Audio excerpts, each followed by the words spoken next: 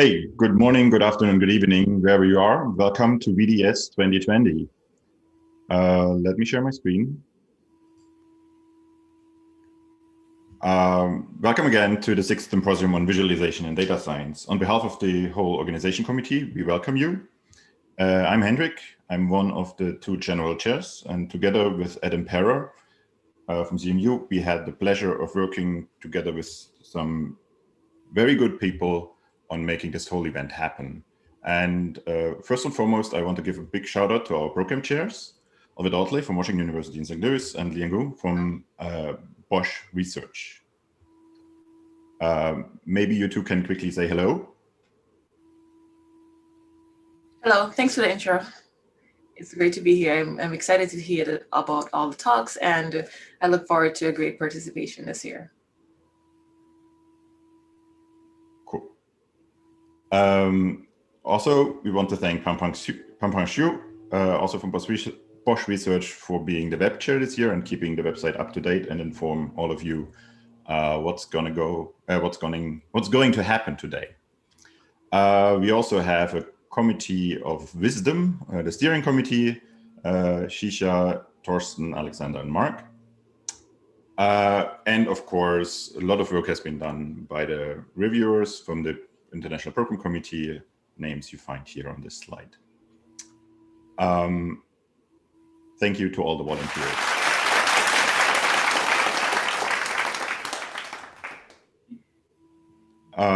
One little technical note: during the whole symposium, we will observe the comments on YouTube and on Discord. During the sessions, they are synchronized, so it doesn't matter where you type them, we will definitely see them. Now let's get started with the actual program. So we have 6 research papers out of 11 submissions this year. One will be featured as best paper and sent to TVCG. Here you see the little preview of them. And we will have 2 amazing keynote speakers, Doshi-Velez and Jessica Hallman. And it is a great pleasure for me at the beginning to introduce Doshi-Velez. She graduated from the University of Cambridge, the real Cambridge in UK, got her PhD from MIT and was then postdoc at the Harvard Medical School before starting her own chair at Harvard Computer Science. She leads the group titled Data to Actionable Knowledge. And I think this is something that very much resonates also with us as the visualization community, just takes a little bit of a different angle. And I'm very much looking forward to your talk, Finale. Thank you for being here and for talking to us. Thanks for having me. Go ahead and share my screen. Okay, are we good? All right, yeah, so thanks for inviting me. It's a pleasure to be able to chat with a different community. As Hendrik mentioned, I come from machine learning, but I think there's a lot of connections between machine learning and visualization, especially when it comes to interpretability. So today I'm going to be talking about interpretability where I am from a more machine learning angle, and hopefully there are interesting insights for you all there as well. So where I'm coming from, so most of my research has to do with machine learning for healthcare applications. And these are situations where there's lots of data being collected on all sorts of monitors or recorded in all sorts of databases. And the big question is, can we use all this data to help improve treatment, help improve patients? In my lab, we take a holistic approach to this. We build models, we optimize policies, we validate models. And the part that I'm going to be focusing on today is this interpretability part, that when we come to validating our models that we have built from all these data, how can we actually know that they're any good? And there's statistical methods, but there's also the human validation. How can we employ people to check whether our models are reasonable? And for me, this question came up for the first time when I was working on a project in 2014 with some collaborators, where we were asking a kind of simple question of just like mortality modeling, who's going to make it in the ICU? And we use a bunch of data. We built some models. Ours is the line in green, of course, because we built a great model. But then we started looking at the model and trying to understand, hey, why is this model doing any good? And it turned out that the key predictors in this model, when it came to mortality in the ICU, were words like name and family and neuro. And it didn't necessarily make a lot of sense. And we went down the list and we found the word chaplain. And it seemed like this model wasn't picking up on things that were actually indicators of the patient being very sick. And in some cases, we're picking up indicators of in the case of the word chaplain, that the doctors already knew that the patient maybe was very sick, right? And so this model was not terribly useful, right? Even though it got very nice AUCs across the board, it was not something that was practically useful. And it was a good thing that we checked this and it wasn't used for anything else. So this got me on the road to interpretability, right? We really needed to check our models beyond the statistics to be able to know whether they were doing well. And then as a scientist, I want to be rigorous about the way I approach research. So I was like, okay, there must be a lot of interesting ways to make models interpretable and really check and validate them. What's out there in the field. And there's a lot, there's a lot of people who've been working on interpretability. These are just sample space. If you look at Google Scholar hits for interpretable machine learning, it's a field that only continues to expand. But as I was looking at all of this, I didn't really find any sort of consensus. What exactly is interpretability? And how do we measure it? Again, if we want to be rigorous about the science, we should be able to quantify and describe, what we're looking for. And as I was looking through all of these papers, what I noticed is that many times, interpretability was just declared. It was a sense of it when you see it. And I've highlighted sentences from papers that describe this. And this is nothing against any of these papers. These are great works, but it's highlighting the fact that we tended to just assume that something was interpretable. And there is a face validity to this, because if someone says that X model is interpretable and you're thinking, oh my, that is so not interpretable, that then, it's failed somehow, right? Because the whole idea of interpretability is that you'll be able to understand it. But I wanted something more, right? That this idea of just declaring something interpretable and the reader thinks it's reasonable doesn't really allow us to compare across situations, compare across different things that both, if you and I both claim something's interpretable, what's the right thing for a particular context? And this got me to where I am today, where interpretability is a means to an end, right? There's something that you want to do, right? We wanted to validate our ICU mortality model, and interpretability is a path that gets you there. So it's not an end in itself, there's the task that we have in mind.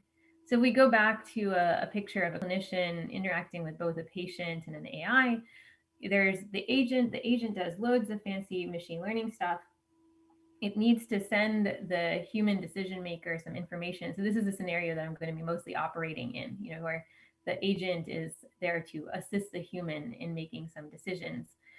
The human gets some other information, that the agent might not have access to. For example, there is no diagnostic code for bitten by radioactive spider. Yeah. So the clinician has access to this information, and combined with the information that the agent passes along, they're asked to make. So the real goal is treating the patient, right? That's the thing that we care about. And the interpretability is the means toward that goal, right? It's that, did the agent send the right information in the right way to be able to make that decision? So let's take apart those two pieces, right? The right information the right way. And I think this is where my work starts touching against things in your community. When I think about interpretability, I think the properties of the model, right? If a model is very convoluted, no matter how you try to explain it, it's going to be convoluted. But there's also extrinsic things like how you present it. And it may be the way that you present a model to a human agent is so convoluted that even a simple model starts looking very confusing. So those are two important aspects of interpretability. And then when it comes to the real goal, we have the task itself and the context. And that's the thing that we ultimately care about. And it's essential that when we think about interpretability, we think about, what is it supposed to do for us? What is this model supposed to do? What is this model plus visualization supposed to do? And now we have a way to measure and compare different types of models, different types of visualizations, and see what effect they have on our task performance. So different models and visualizations must be evaluated in the context of a task. That's how we're going to make things rigorous. So there are many types of tasks you could do, and you could imagine that each of these tasks will have different requirements. You might be interested in just getting the highest accuracy possible, which might involve like finding confounders or fixing, parts of don't satisfy causality. You may be debugging. You might just be looking for insights. A whole host of other things: accountability, fairness, transparency. You might just be trying to do what you say. Safety. These are all end goals, and we can check to see, hey, is the model safe, or is the system safer with this explanation that is being given, or is it not safer? So the big question that I see is, how can we know what kind of interpretability is needed for a particular context? Because right now I'm going to, in the latter part of the talk, the second part of the talk, I'm just going to be going through some of the studies that we have done as examples. And in each case, we run a user study for a particular context. And I think a big question is, can we generalize to figure out, what sort of models are good for certain contexts, what sort of visualizations are best for certain contexts. And then we can separately focus on learning interpretable models and explanations. So this would be very useful. It is a big question, and I think an important question for the community that's interested in this interpretability aspect to be thinking about.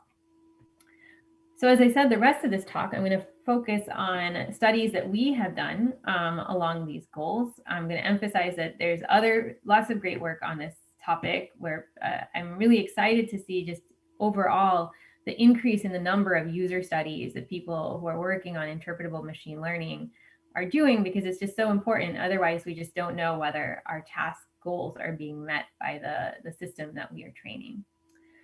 So the first example that I'm going to give is, how do people extrapolate from examples in studies? So in this particular case, agent gets lots of data. It learns a policy. So policy is just a mapping from inputs to an action recommendation.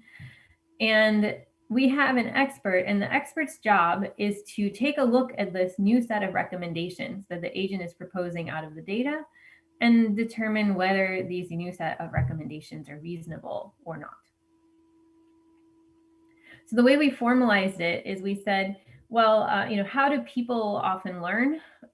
People often learn by watching someone else. So if there's a resident who's watching their attending doing certain things, they might start getting a sense of like, what's an appropriate policy, or what is the resident's policy. So in this case, we have the human. We're going to give them some examples of state. So state is think of that as the input. So we're going to give them some example of state and action. So this input, this output, this treatment pairs. And the goal is that the human is now going to try to predict what the agent's going to do in some new state S prime.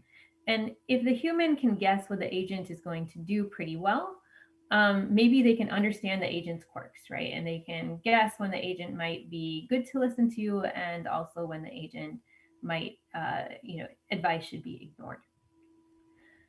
So I'm going to show you two examples, and I'm going to say from the beginning, I'm not a visualization person, and I think there's ways to make these a lot better if I were a visualization person. So thoughts from the community are great.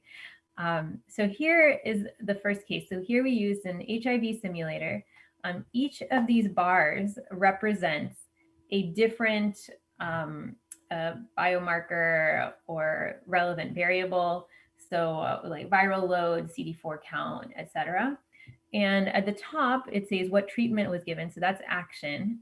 And you see the patient's evolution over time. So this is what the patient's statistics look like. No treatment was given.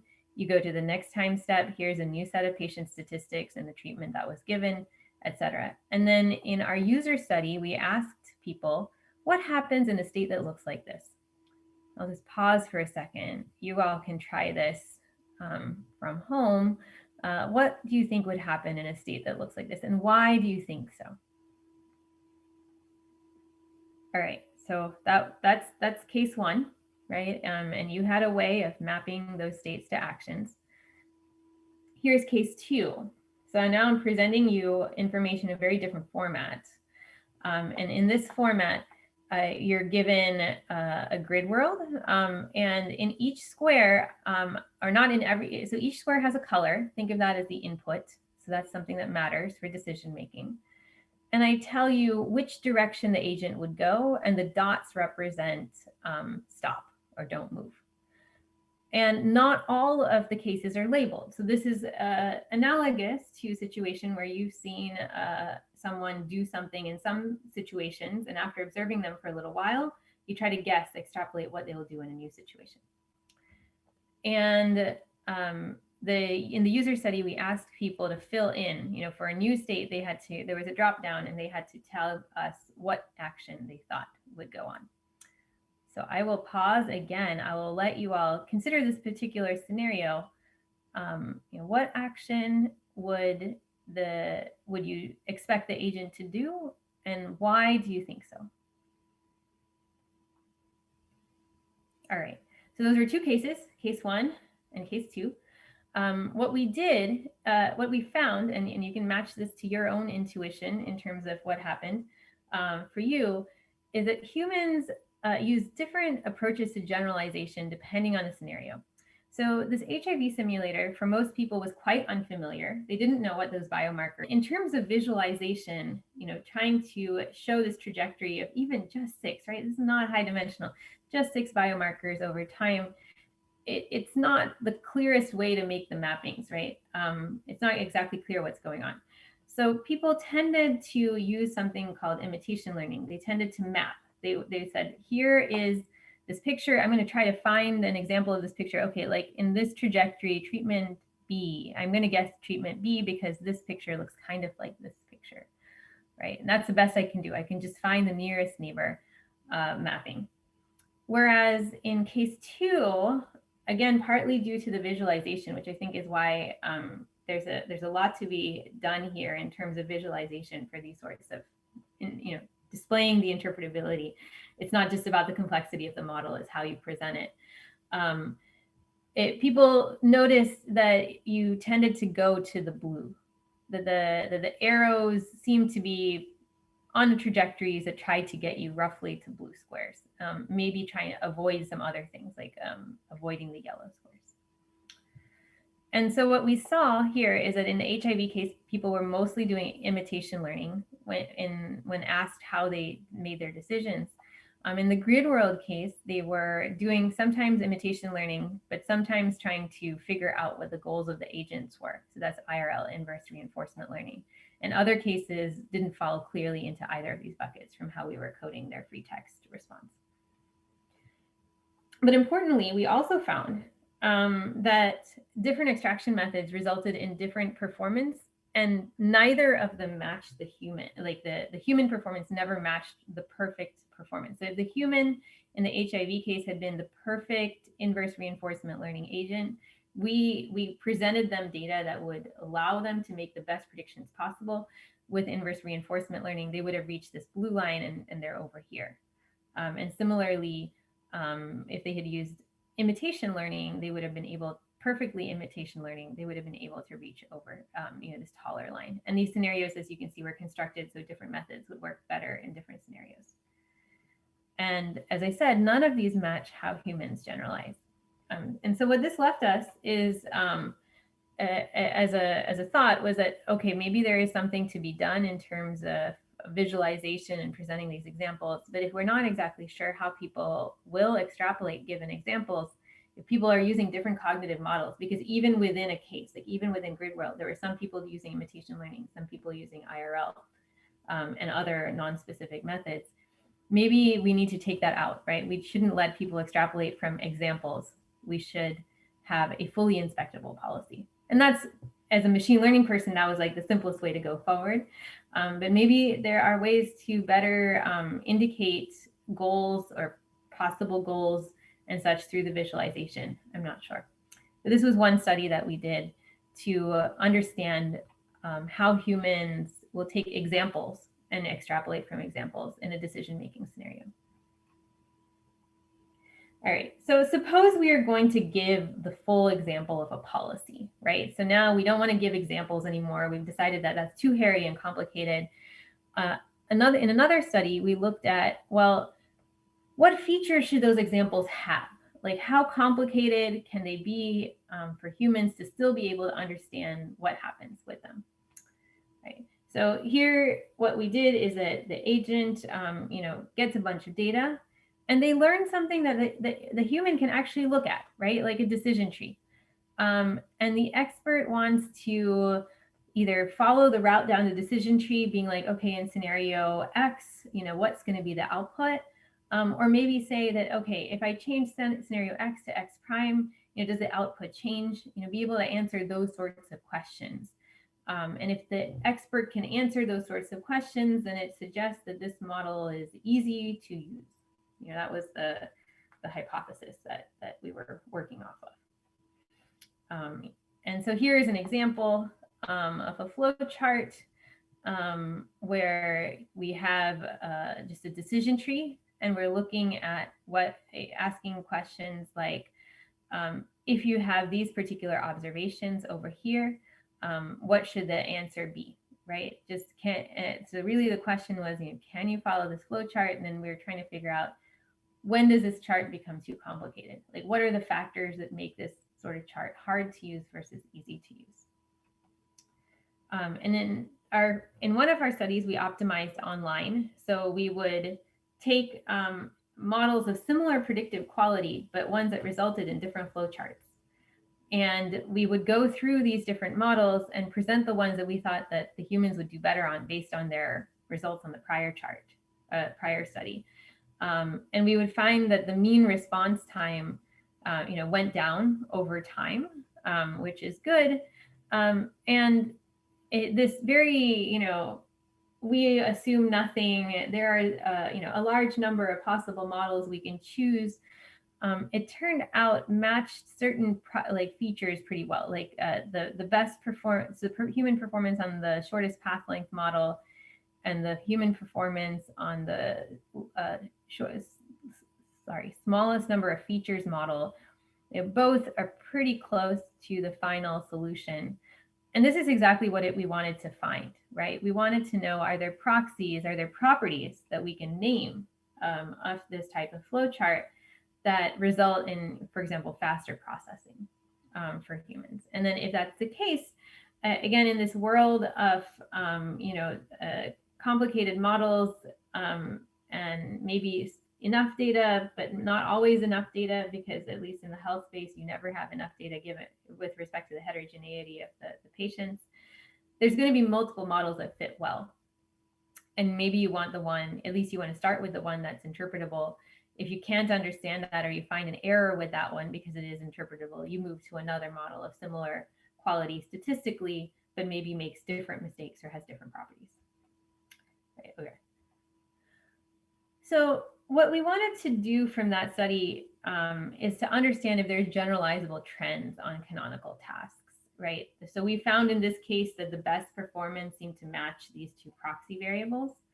And we wanted to know more generally, like what properties are the most important, right? Is it the depth of the tree, or how far you have to go? Are there other things like variable repetitions that matter? And what tasks will we consider, right? Because all of I just said at the beginning that we have to focus on a task in these sorts of contexts. So we considered forward simulation, counterfactual reasoning as basic building block tasks. So here, now we did a large scale mechanical Turk study to look at sensitivity to various factors. So the quiz questions look something like this, where there's information about a particular alien who has different preferences about what foods they want, depending on other parts of their life. You have some observations, you have a recommendation. You want to check if the alien is happy with his meal or not. And so this requires the user to connect the observations with the preferences, and also connect the types that are listed here through the ingredient types back into the recommendation. And we could manipulate all of these different pieces. And then I just want to point out that even if our model is not originally in this form, we can always train a local explanation to have this desired form. And what we found is that there is variety. So in our case, number of variable repetitions didn't have a huge effect. So those are the flat lines here. whereas the number of cognitive chunks, so if you concept, especially if you introduce it explicitly, increase the amount of time that it took people to process information, and also the overall length had an important effect. Maybe unsurprising, but again, these are things that we wanted to validate. And here are the stats on that. But overall, we found that when you add concepts, that seems to be a major factor that slows people down compared to things like repetition. And this is interesting because at least in the machine learning community, we've often said that explanations or descriptions should be orthogonal, where something depends on this feature and something depends on that feature. And when features appear more than once in an explanation, that makes things too confusing. And so that may still be true in certain contexts because we only tested this one particular context. But I think it's a good example of something that is very important to do the user studies to check your assumptions. And in this case, these are like machine learning presentation assumptions, but maybe in your work, you have visualization assumptions in the context of like whatever the use cases are. All right, so we did this kind of general check, right? And we found that certain things slow people down as they're processing. And as we were doing this, we realized that there was another important piece that we had to consider. But before I go into that, or kind of as prelude to that, I'm just going to say, previous study was a mechanical Turk study. I'm interested in health applications. So natural thing to do would be to do this type of study, but in a real clinical use case setting. So that's what I'm going to describe to you next. So in this case, we are making recommendations for antidepressants. Drugs. Agent learns what drugs are best, and the doctor makes a treatment choice, right? So we're in the original setting that I described, and this is a setting where the key thing is the decision, right? Rather than asking them to simulate the model or inspect the model, now we're just saying, hey, just make the best decision that you can. So we're moving into a much more realistic use case and context. We focus on antidepressant recommendations because it's a hard problem. Currently, 50% failure rate on the first try, 50% on the second try. Perfection is not possible because success depends on many factors, and many of these are not in the patient's record. But we do have rules of thumb. There's a consensus that exists around safety, for sure, but also tolerability, that if a patient is already anxious and kind of jittery, if you give them an activating or stimulating antidepressant, that's going to just make them over the top, not able to sleep. Whereas if a person's maybe more mopey sort of depressive, then a drug that gives them energy might be a good thing, if that's a side effect, right? So there's rules of thumb that are pretty clearly recognized in this case. And for our study, we Wizard of Oz'd everything. So there's not a real model here, but we designed the study around safety and tolerability considerations that were already known to the, should be known to the community.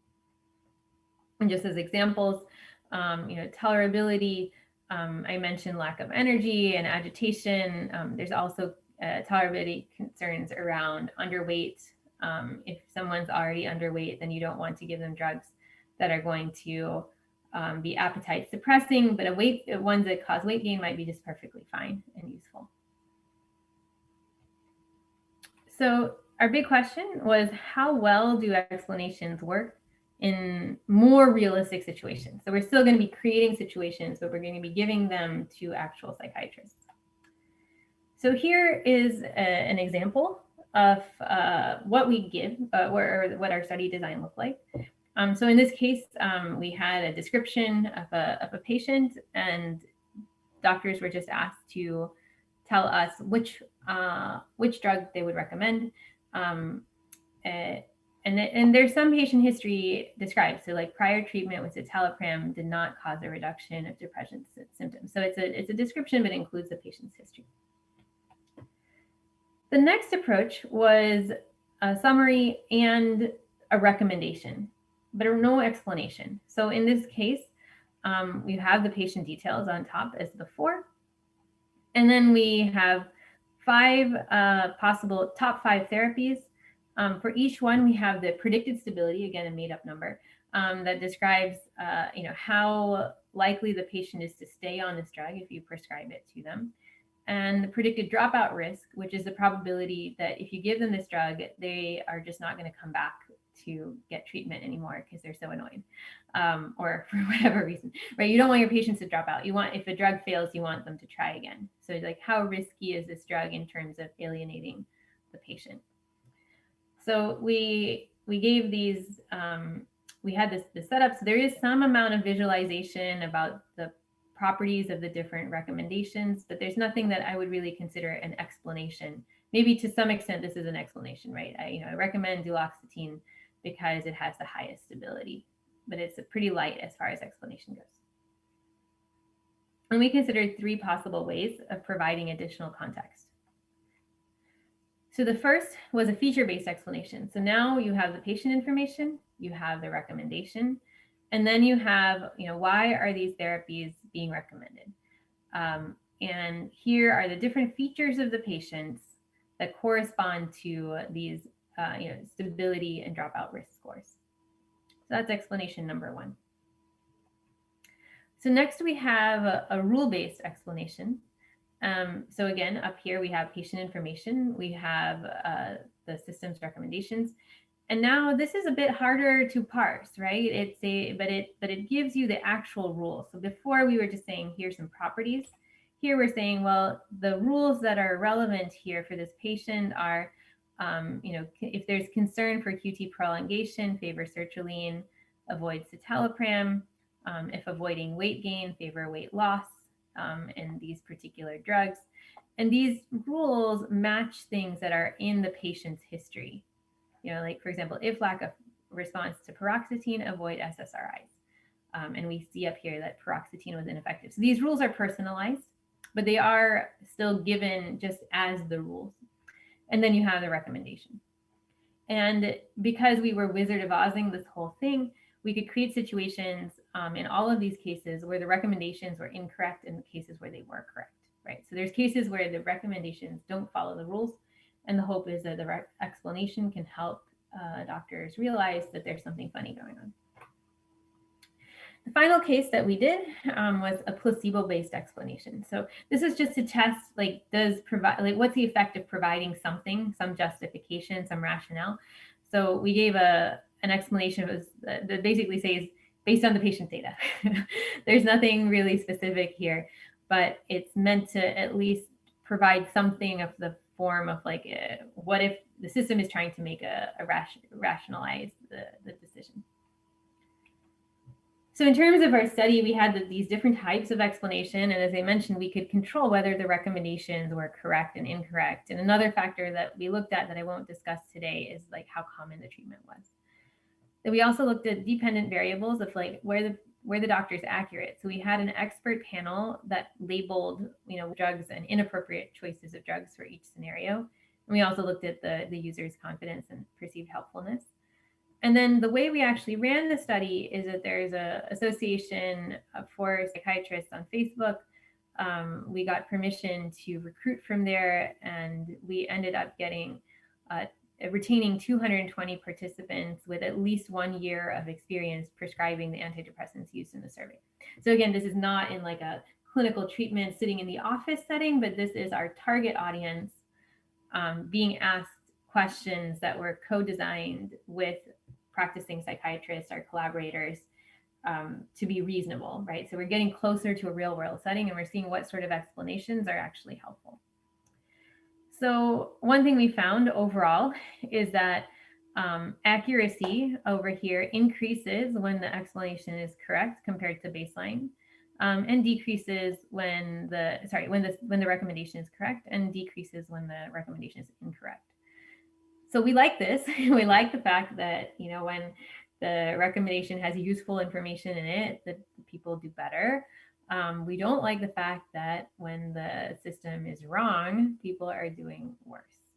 Yeah. The kind of the goal with human AI teaming is that you get the best of both, right? If the human is right, you get the right recommendation. If the AI is right, you get the right recommendation. You really want it to be an or. You don't want it to be situation where the AI seems to dominate and an incorrect AI throws off the human. So then we looked at this property within each type of explanation. And one thing that we noticed is, so when the recommendation was correct, the different types had a bit less variation. Helpfulness was, the recommendation explanation was not perceived to be useful when there was only a recommendation. That's maybe fine. But what we noticed over here that was kind of very interesting and somewhat concerning is that you see that here's the helpfulness. Like this feature-based explanation, seem to like this feature-based explanation. That was the one that said, because of these factors, the patient should get these drugs. And they did the worst in terms of accuracy when the recommendation was incorrect, compared to the expert rules-based situation where their accuracy is better, and the helpfulness is perceived to be lower, right? Still worse than baseline, but it's not, doesn't tank. And our hypothesis here is that in the case of the expert rules, there was a form of design friction, right? Where they really wanted to go quickly. They decided they liked the feature-based explanations. Clinicians are busy, right? And they appreciated the idea of this, right? The people like the idea of this tool, but they're busy and they expected that the system would largely be correct. And if there was no way to quickly for them to say, like if the quick glance was like, okay, yeah, because of these patient features, this system is clearly taking into account patient information, they would just trust it even when they shouldn't have. Whereas the explanations that were longer and more involved because they described the actual rule required a bit more processing from the people who are looking at them. And that slowing down caused them to do better, like notice errors more. So this is an entirely different aspect compared to other things that we've been looking at, where people were focused on a task. Now we have cases where people just miss things, right? And again, as a machine learning person, this is very useful because I'm mostly on the back end, right? But I've kind of been drawn into this world of human factors and human interaction because we have to figure out the best way to convey this information to do well on the ultimate task, which in this case was treatment recommendations. So very briefly, I'm going to finish up with one final study that we did, which is very different. It's on understanding the understandability of generative models. So far, there's always been a prediction, a recommendation that needs to be checked. This is more in the context of we're trying to draw some insights of like, the agent learns a generative model for the data. So that's like some sort of compression of the data. And now an expert wants to understand what every dimension of that data actually look like. So the goal is like, can we understand those dimensions? And we wanted to come up with a task that would help us understand whether, model A has more understandable dimensions than model B, right? Their intrinsic understandability. And our hypothesis was that how a user can manipulate or view the model is going to affect how easy it is to understand. And we want to come up with a task to distinguish known intrinsic understandability. We don't want it to be a measure of extrinsic understandability, like it was a visualization just poor. We want a visualization or an interactive task that's going to help us separate the intrinsic understandability of different models. So here is an example for our interface. So we have different dials that you could move. So each of these dials correspond to a dimension. And you're trying to get these two pictures to overlap with each other. And the idea here was that by creating this interactive task, you would be forced to really play with the dials and get an understanding of what the dials do if it was possible to understand the dials, right? If the model was so convoluted that the dials are totally crazy, then you wouldn't be able to do this task. And you compare that to a situation where rather than having this interactive interface, you just give examples. You say, well, when the dial is low, dial 1 is low, you get pictures like this. When dial 1 is medium, you get pictures like this. When dial 1 is high, you get pictures like this. In this case, you actually can, with a bit of staring, try to infer what it means. It seems like dial 1 moves things from left to right on the screen. But this is a very different presentation than this interactive interface where you can move the dials back and forth. And what we were checking to see is that how does the visualization, how does the presentation affect our ability to measure the differences of the known intrinsic understandability of a model. So we had a couple of data sets that we used. The first two were synthetic sign lines and D-sprites, and the last one MNIST, but especially with sign lines and D-sprites, we knew the generative process and we could create a model that followed it exactly or something that did not. And in terms of did not, so we use disentanglement, which is just a metric that's used in the machine learning community. But for our purposes, what I'm pointing out is that if a model has kind of yellows along the diagonal or yellows matching things up, that means it aligns to what is known to be ground truth interpretable. So we have one case, which is ground truth. We have a variational autoencoder learned model that was good on certain dimensions, but not on others. And we have just a regular vanilla autoencoder, which turns out to not match the ground truth dimensions very well at all. All of these models reconstruct the data pretty well. And so we wanted to know whether this difference in disentanglement translates into different user performance. And what we find is that in the case where we're giving examples, the performances, the key point here is that there's not a lot of differences in the box plots. Whereas if it was interactive, so the second set of charts here for the reconstruction task, then you do see differences, like for example, in completion rates, where completion rates are higher with the ground truth model and the errors are lower with the ground truth model. So it seems like this interactive task was better at distinguishing in the intrinsic understandability of a model. And this sort of thing panned out also on qualitative examples and user studies, like think aloud studies that we did with MNIST and matched our mechanical Turk results as well. So in summary, what did we learn from all of this? So coming in as a machine learning person, I'm the person who trains the models, does the math. And first, really just important thing to take away is that, we want, at the end of the day, all of these AIs that, folks like me are building, machine learning systems, we need to figure out how to team them with humans to get good outputs. And interpretability is a key factor in terms of getting these outputs. But it's really important to think rigorously about what we mean by interpretability. So in our studies, we found, repeatedly that, showing examples often makes things tricky.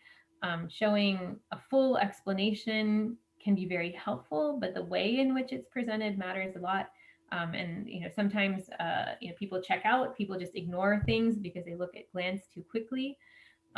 Other times, like forcing some type of engagement, whether it's through making the thing more complicated or through interaction, are ways to get people to participate more in the explanation and get a better output.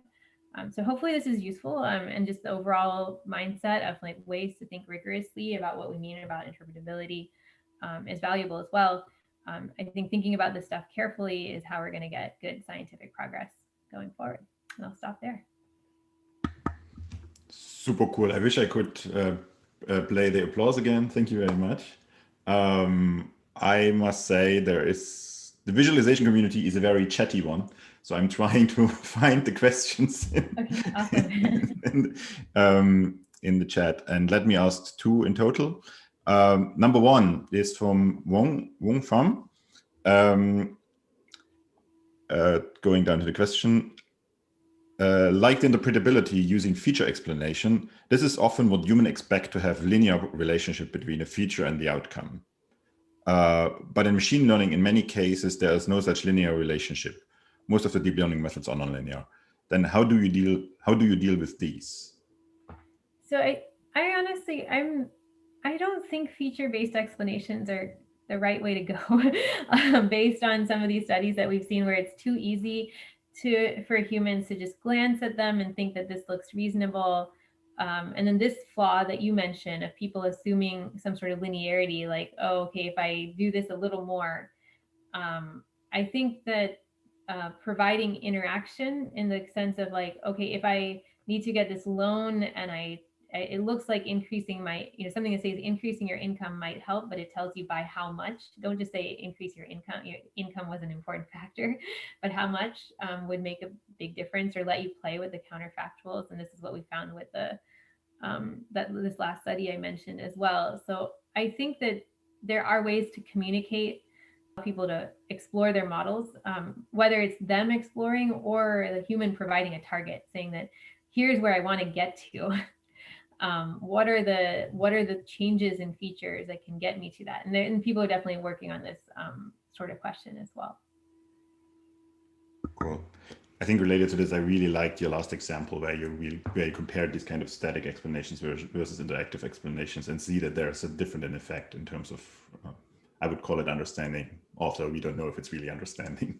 Well, we did do think aloud studies where people describe the dimensions, and they matched the actual ground truth when the ground truth was given. So we did do both, like we did a 10 like in-person studies, and then we did the large Turk study. Cool. Allow me one more question, and I'm randomly picking here without pre-screening it. How do you decide whether a model made an error in its interpretations when comparing multiple models? This is from Yaran Lee. So how do you check if it's made an error in the interpretation? Yeah. So how would you think you could detect an error in the interpretation method or in the explanation method rather than having an error in the model? Right. So I think maybe the last study is kind of getting to that, where like the explanation method was the way the model was displayed. It was the same autoencoder displayed in different ways. I don't know if it's necessarily an error. Maybe effectiveness is a better way to describe it. Like there's two aspects actually. So usually we think of like an explanation has to simplify to some extent, the model somehow. And in all of our studies, we've assumed that we hold the fidelity of the explanation constant, so the thing about the model. Yeah. It just may not be presenting enough about the model. I think that's an important thing just to keep in mind. So we never lie about what the model is going to do. We never oversimplify, or we never say anything that's incorrect about the model. But the things that we do say may be more or less useful, and that comes down to the task, right? That's the whole point of this talk. My shtick is just like, the way you'll discover that your presentation or explanation is bad or ineffective is take a scenario where you use same model with different types of ways of presenting it on the same task, and then you'd be able to isolate the results of the way in which you present. Yeah. Thank you very much. I think we could continue this for another hour. I'm sorry that we planned it a little bit differently. There are so many questions popping in and also evolving here. But we have to move on. Thank you very much again. I think it's very highly appreciated that you took the risk on like venturing out into a different community. And I think well, thank you very well with everything. And now I hand it over to Liang.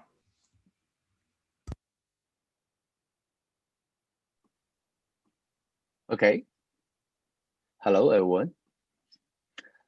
This is Liang. Welcome to our first session. So in this session, we have 3 amazing talks on data science and machine learning theory and applications. So our first talk will be passing the data baton, a retrospective analysis on data science work and workers from Anna, Crisan, Britta, Fiore-Gartland, Melanie, Tory. So this paper also won the best paper from VDS and also is recommended to TVCG journal paper. So now enjoying this talk.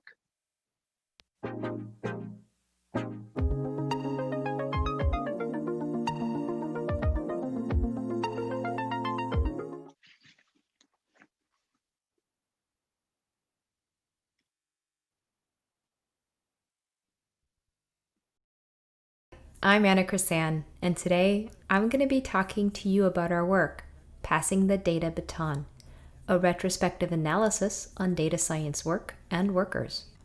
We wrote this paper largely to scratch our own itch. We know that data science is important for how organizations do business and make decisions. But we also saw that there was a lot of ambiguity around the term data science.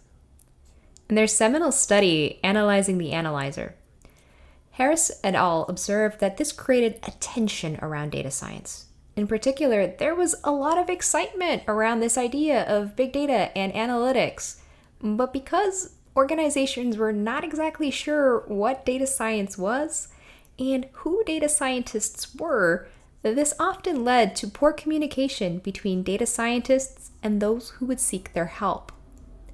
In this observation, we also see really important implications for visualization research.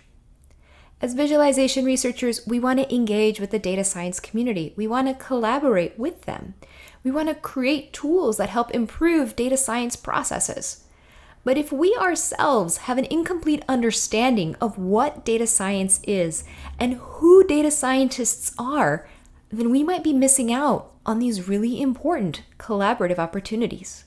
One way that we could have tackled this challenge was to run a study, interview a bunch of data scientists at different organizations, and ask them what they do and who they think they are.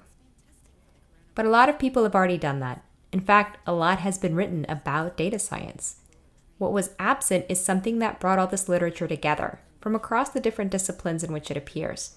And that's what we did here with the systematic literature review of the data science literature.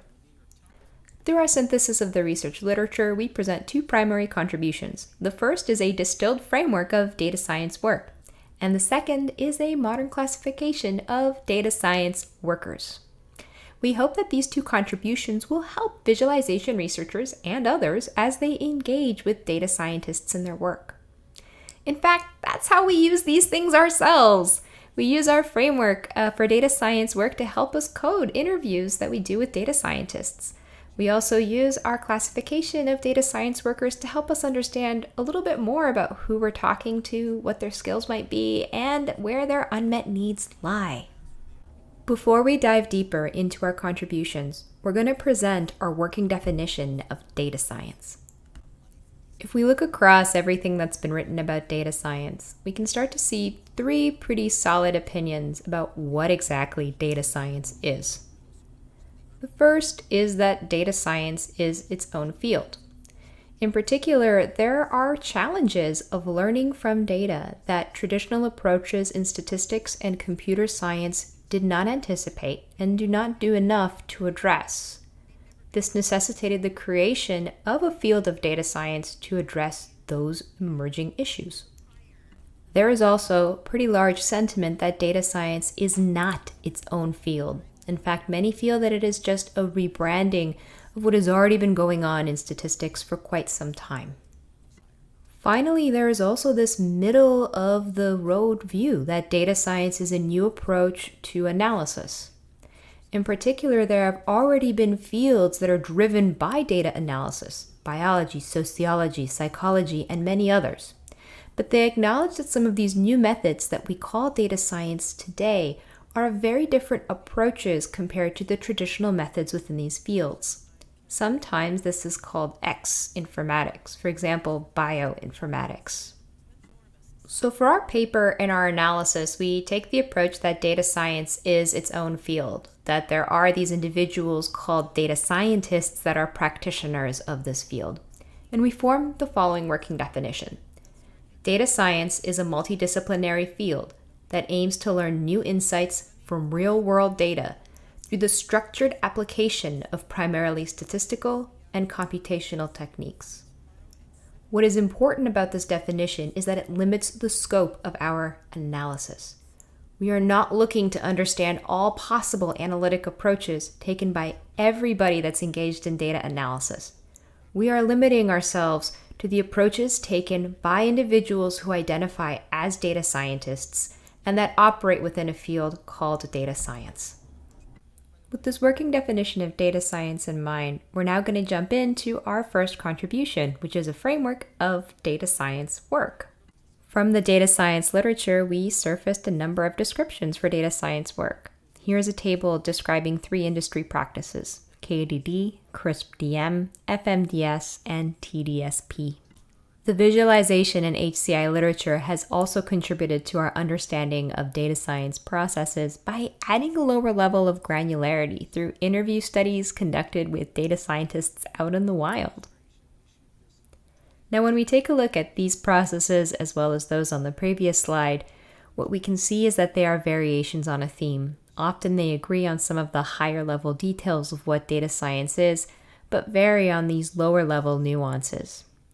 What we wanted to do was to bring all of these different insights together into a single model, and that is a framework of data science work that we describe on the subsequent slides. Our framework of data science work defines 4 higher order processes: preparation, analysis, deployment, and communication. Higher order processes have a set of associated lower order processes. For preparation, these are define needs, data gathering, data creation, profiling, and data wrangling. I won't go into these exhaustively here, but ask you to refer to our publication for definitions of both the higher and the lower order processes. There are also 2 lower order processes, collaboration and pedagogy, that are unassigned to a higher order process, and we provide details as to why this is in our publication. As we reviewed processes of data science work in the literature, we also highlighted and emphasized explicit points when visualization was mentioned. Here are 2 examples. From the synthesis of the literature, we have identified 4 lower order processes where visualization is explicitly mentioned: profiling, interpretation, monitoring, and dissemination. This doesn't mean that data scientists forego visualization and other parts of data science work. It just means that when they're being taught or when people reflect critically on visualization in data science, it seems that visualization is most important for these processes that we emphasize in the red borders. So now that we actually have an idea of data science work, a natural question is, who are the workers? Who are data scientists? One rather nice and simple idea is that a data scientist is someone who is better at statistics than a software engineer, and better at software engineering than a statistician. Harris et al. Conducted a seminal study back in 2013 when the role of data scientist was really exploding. They interviewed around 250 individuals that held the title data scientists, and what they found was that there was a lot of diversity amongst the individuals that had this role. They created a set of 4 subcategories of data scientists. Those are data developers, data researchers, data creatives, and data business people. They also looked at the different skills that these individuals had, from domain expertise in business to different programming and statistical skills. When they asked these data scientists what skills they used in their daily work, they found a lot of diversity. And in fact, this was the primary motivation for their classification of different data science roles. This initial work by Harris has actually been recapitulated in follow-on studies, and we analyzed several of them here. We take a look at 12 studies spanning from early 2012 up to 2020 that look at a small number up to thousands of data scientists or analysts engaged in data science processes. We look at how they refer to different data science roles, and we classify a new set of roles based upon this summary of the literature. We defined a total of 9 data science roles. You'll notice that none of them have the term data scientist within them. We also align these roles with different processes of data science work, from preparation to analysis, deployment, and finally communication. Not only do we name each of these roles, as we do here with data steward and data shaper, we provide a description of these roles in our publication, as well as other ways that these roles have been referred to in previous studies. We also saw that different data science roles were being consistently classified according to the expertise of the individual, measured along 3 axes: statistics, computer science, and domain knowledge.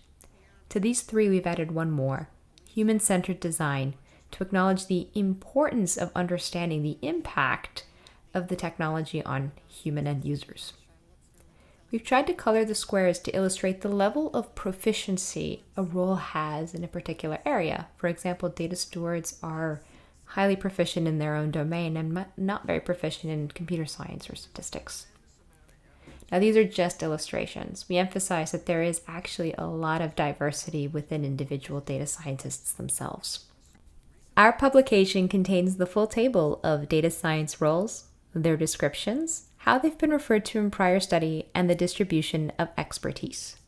We encourage visualization researchers to use this as an illustrative guide to help them figure out who they're talking to and what their needs might be. For example, a data engineer and a moonlighter might both be called data scientists by their organizations, but they have different expertise and would have very different needs, even though they might be engaged in a common data analysis process. Now, as much fun as this presentation has been, it's time to wrap up. We conducted a systematic review of the data science literature, and from this, we were able to synthesize a framework of data science work as well as a classification of data science roles. Of course, the thing that everybody wants to know is, how is this useful for me? Well, we have several suggestions. First, consider applying this framework and our classification of data science roles to your user studies. That's how we use the stuff that we've just presented here. Second, use our findings to critically reflect on visualization methods and tools for data science. There is a lot more nuance to data science processes and a lot more diversity among data science workers. If we are not capturing this ahead of time, we might be missing those critical needs that data scientists have. Finally, like all good research, expand upon or refute our findings. And of course, publish your results so that we can all learn together. Thanks for listening to our talk today. I've been Anna Crisan, and this presentation is part of the Visualization and Data Science Symposium at the IEEE Viz 2020 conference.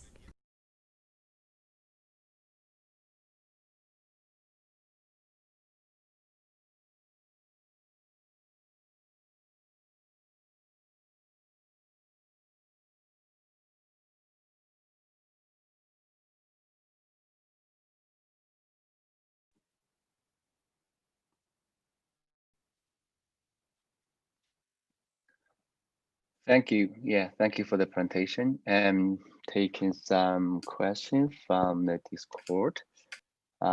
So far, I'm still looking for, but here for Anna, I have a question here. I like this research. I think this is very timely research for both the VDS community and also the Viz community in general. Can you comment upon some actionable implications for the Viz community to push this to help have a bigger role in this whole a framework? Do you see any future directions on this? Hi, sorry, I'm also chairing a BioViz session, so I'm in between things. Okay, so the way that we use this framework is as a way to engage with data scientists. So in my own research, I found that often when I wanted to talk to an analyst or somebody, I had to do this whole work of figuring out, okay, where are you in your process? How can I contextualize what you're doing? And when we put this paper together, it was largely to address the limitations that we saw with some of the current current scattering of all the literature out there. And so my hope is that this paper and the framework and the roles that we've actually come up with here are going to help the visualization community as a baseline to have more engaging and more relevant conversations and to basically start off at a more advanced point as opposed to sort of reiterating a lot of stuff that folks have already figured out.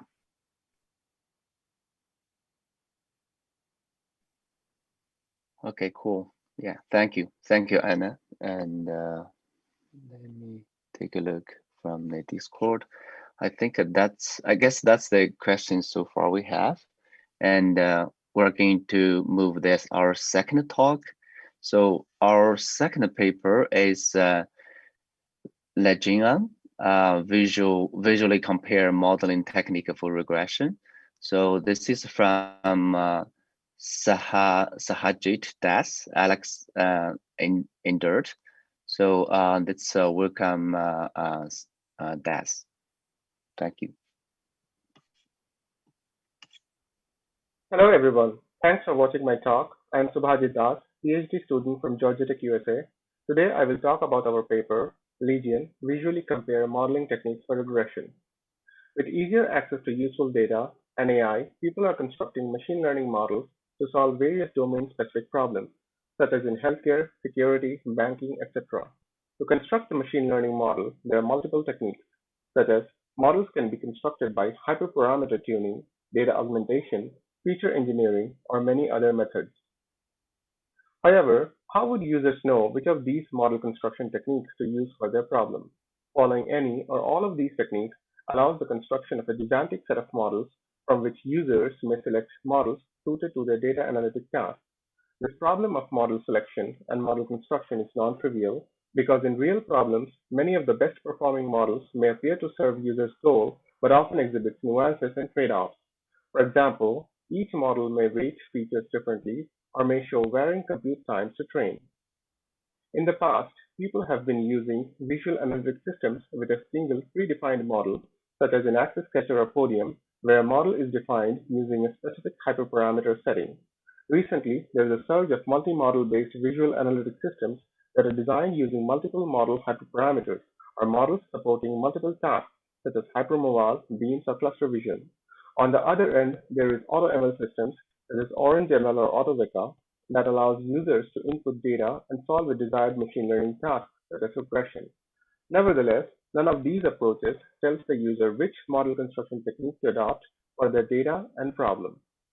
To solve this problem, Legion allows users to visually compare regression models across two modeling techniques, hyperparameter tuning and feature engineering.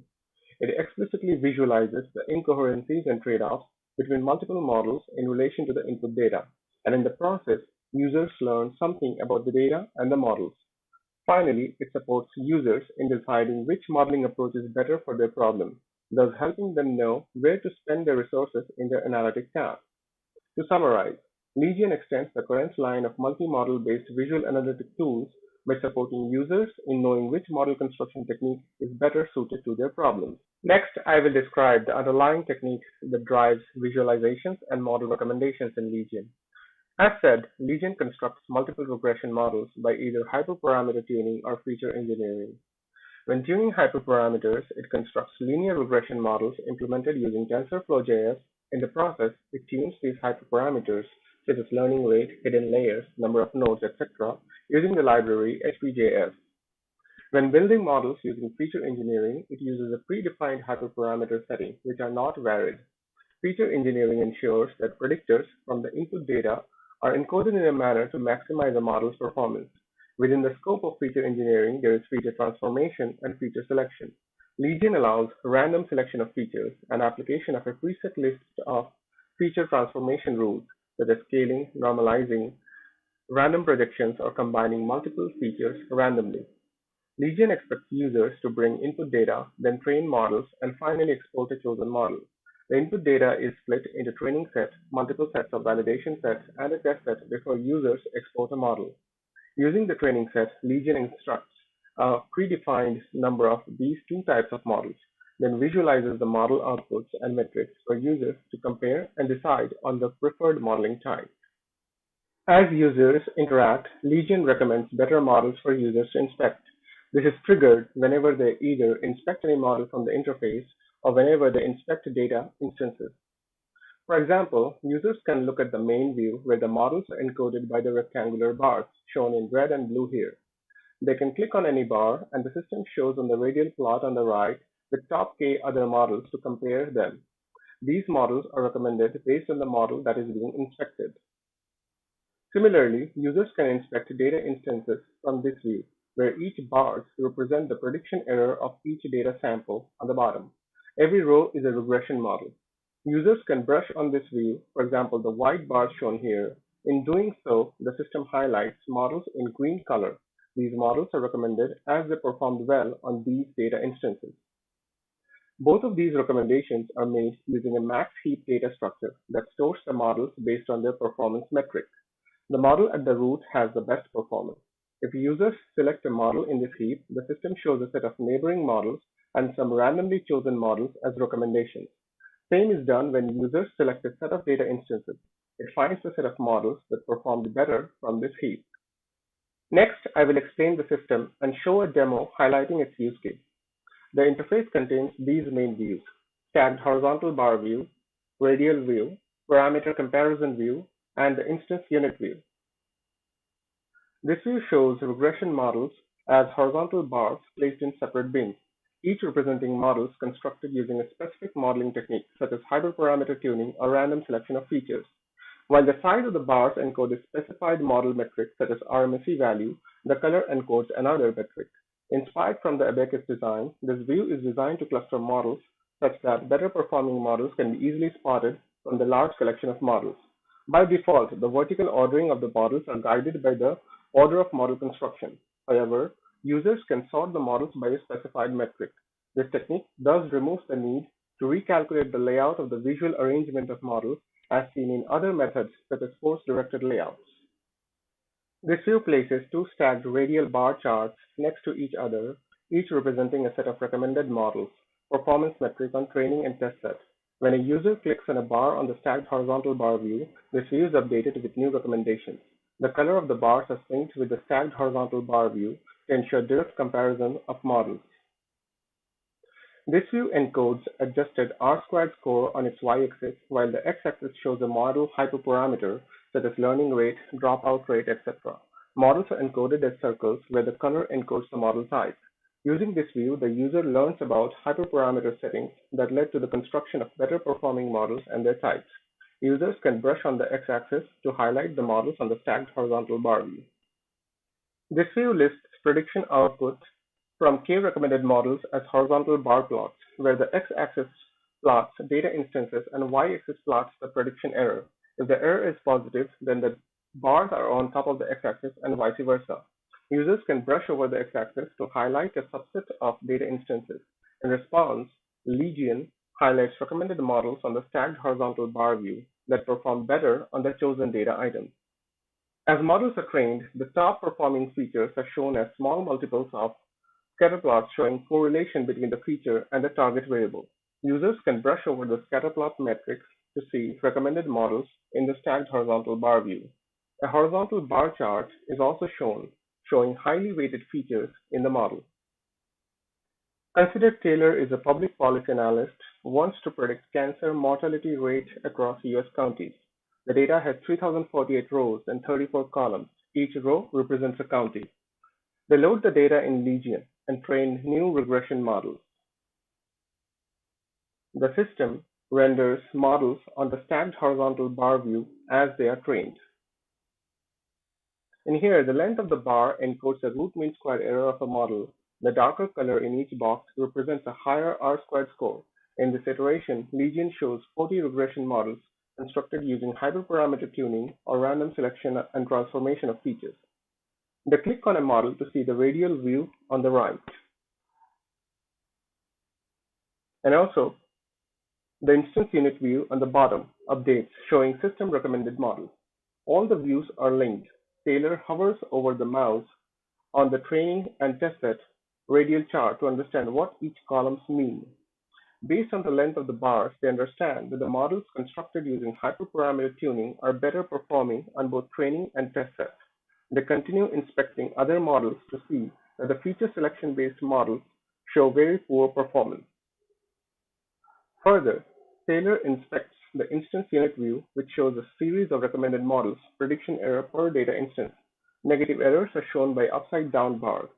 They click on the model 9 from this view. Legion shows other recommended models and also updates the scatterplot views of the features that were found to be highly predictive by this model. Curious about these features, Taylor opens the Feature Explorer view. They see a horizontal bar chart showing weights of the top features in this model. It also shows a scatterplot matrix highlighting correlation or variance between the features. Motivated to further improve the model, Taylor opens the control panel.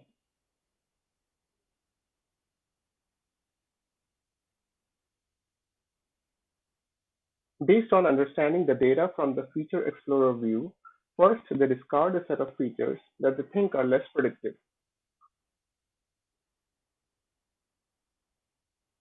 Next,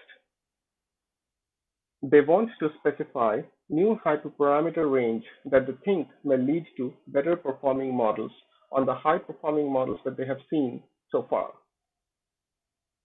Finally, they trigger Legion to train new models. From the new models, Taylor inspects Model 39, a TensorFlow-based model constructed using hyperparameter tuning. They see from the radial view that the train and testset R2 score is significantly higher than the previous models. They inspect the Feature Explorer to find that the preferred features are highly weighted by this model. Content with this model, they decide to export it for future use.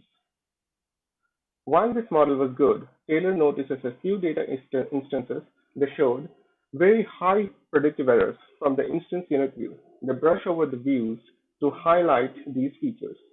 In response, Legion highlights other models that performed better on these instances. Taylor inspects these to see that the error is significantly lower. Also, the radial view reflects that this Model 31 shows a high R-squared score. Taylor makes further changes to the hyperparameter settings and the feature inputs, then triggers Legion to construct new models. Taylor inspects both model types and notices that hyperparameter tuning has plateaued on models with very high performance. On the other hand, with selective feature specification, they are able to construct marginally better performing models with regular models using feature engineering. With this insight, Taylor continues their analysis. With that, I will discuss few takeaways from this work. In designing Legion, our motivation was to help users visually compare models of different typologies and explicitly show any inconsistencies or similarities in them in relation to input data items or features. The current prototype proves our use case in comparing two of the very frequently used modeling techniques. However, in future, we look forward to test Legion with more modeling techniques. The current version supports regression modeling. However, with some adjustments, the implementation can also support classification tasks. When needed to visualize a larger set of models, the current stacked bar view layout can be transformed to a heat map that can encode models using few pixels, fitting more models in the view. The current implementation allows users to train models overnight and save the weights to analyze later. This approach allows interactive visual comparison of regression models trained on datasets of size 100,000 or so. With that, I end my talk. Thank you for listening.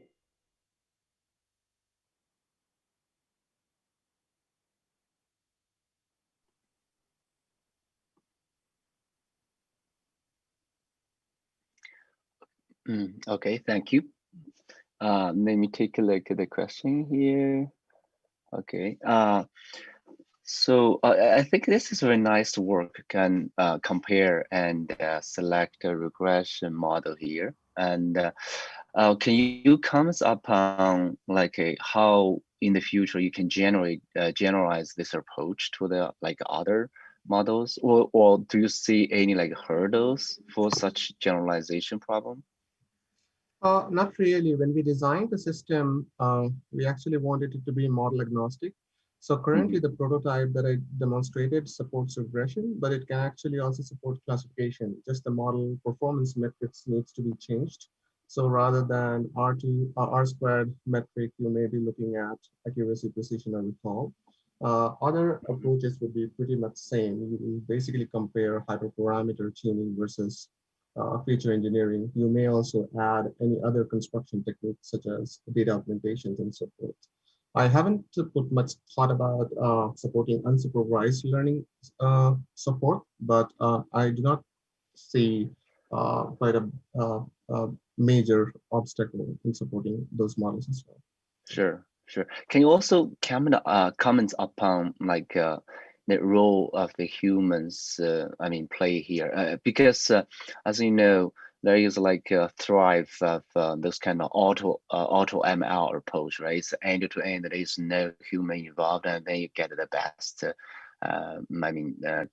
performance of the model with the hyperparameter configuration. Can you elaborate a little bit on how the benefits we can get out of this with human in the loop approach here? Yeah, sure. So I think using the auto ML approach, users usually get to see what is the performance metric this model attains. Let's say accuracy 98% and so forth, but they don't get to know about other trade-offs that they may have to look into. For example, training time of the model, or how many features that the model is weighting. Are these features making sense or not? So using a system like this, they can actually compare models and understand these trade-offs. So are they getting a better model or simpler model in terms of training time or lesser features, but pretty much same accuracy? Maybe they're losing 3% accuracy, but they can train it much faster, or they can just use a much smaller data set and still get to that level of performance. So that is where the human component comes in. So because a lot of these models may have to be deployed on low power devices like mobile phones and so forth. So getting the most complex model with screening time over like 2 nights or more would not be a realistic solution. So that is where the human in the loop comes in. They get to decide which model is more suitable for their problem. It's just not accuracy that is the decision-making factor here. Okay, thank you. Thank you. Thanks for the question. I think that's a question from our side. Let's move to the final talk in this session. So our final talk is in this session is VIMA, modeling and visualization of a high-dimensional machine sensor data, leveraging multiple sources of domain knowledge. So this is from Joscha Eirich, Dominik Jäckle, Tobias Schreck, Jakob Bonart, and Oliver Posegga, and Fischbach. So yeah, let's enjoy the talk.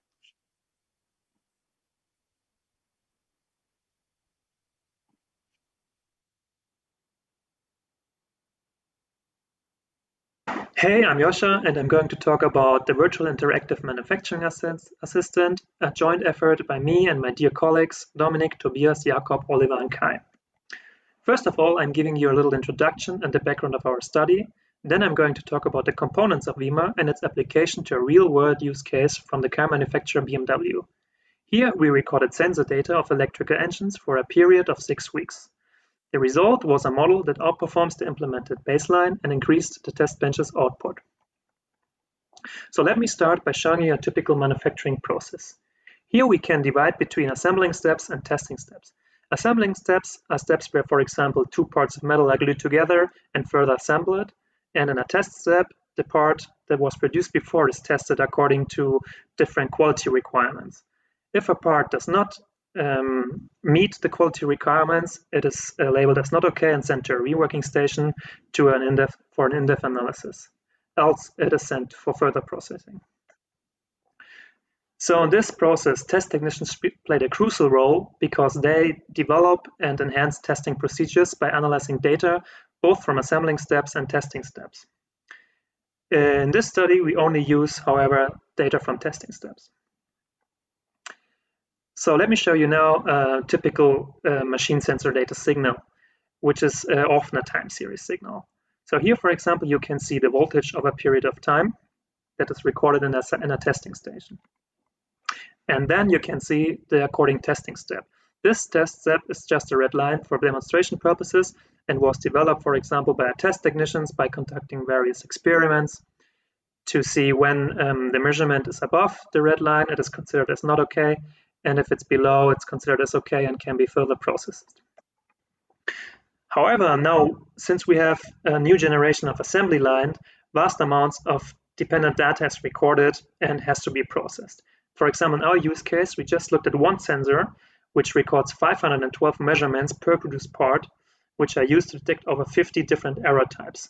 So we can see that with more data also we have more complexity in the whole process and more dependencies between these signals.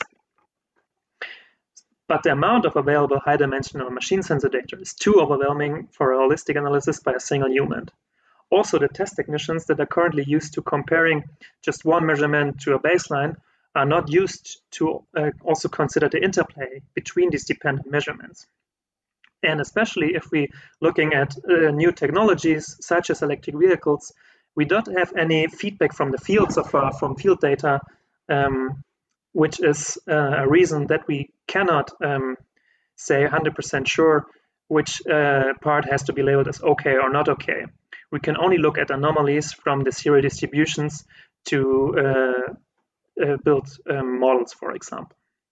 So this is the motivation for our research questions, which is how can a test technician be supported in the identification of abnormal vehicle parts based on huge amounts of machine sensor data?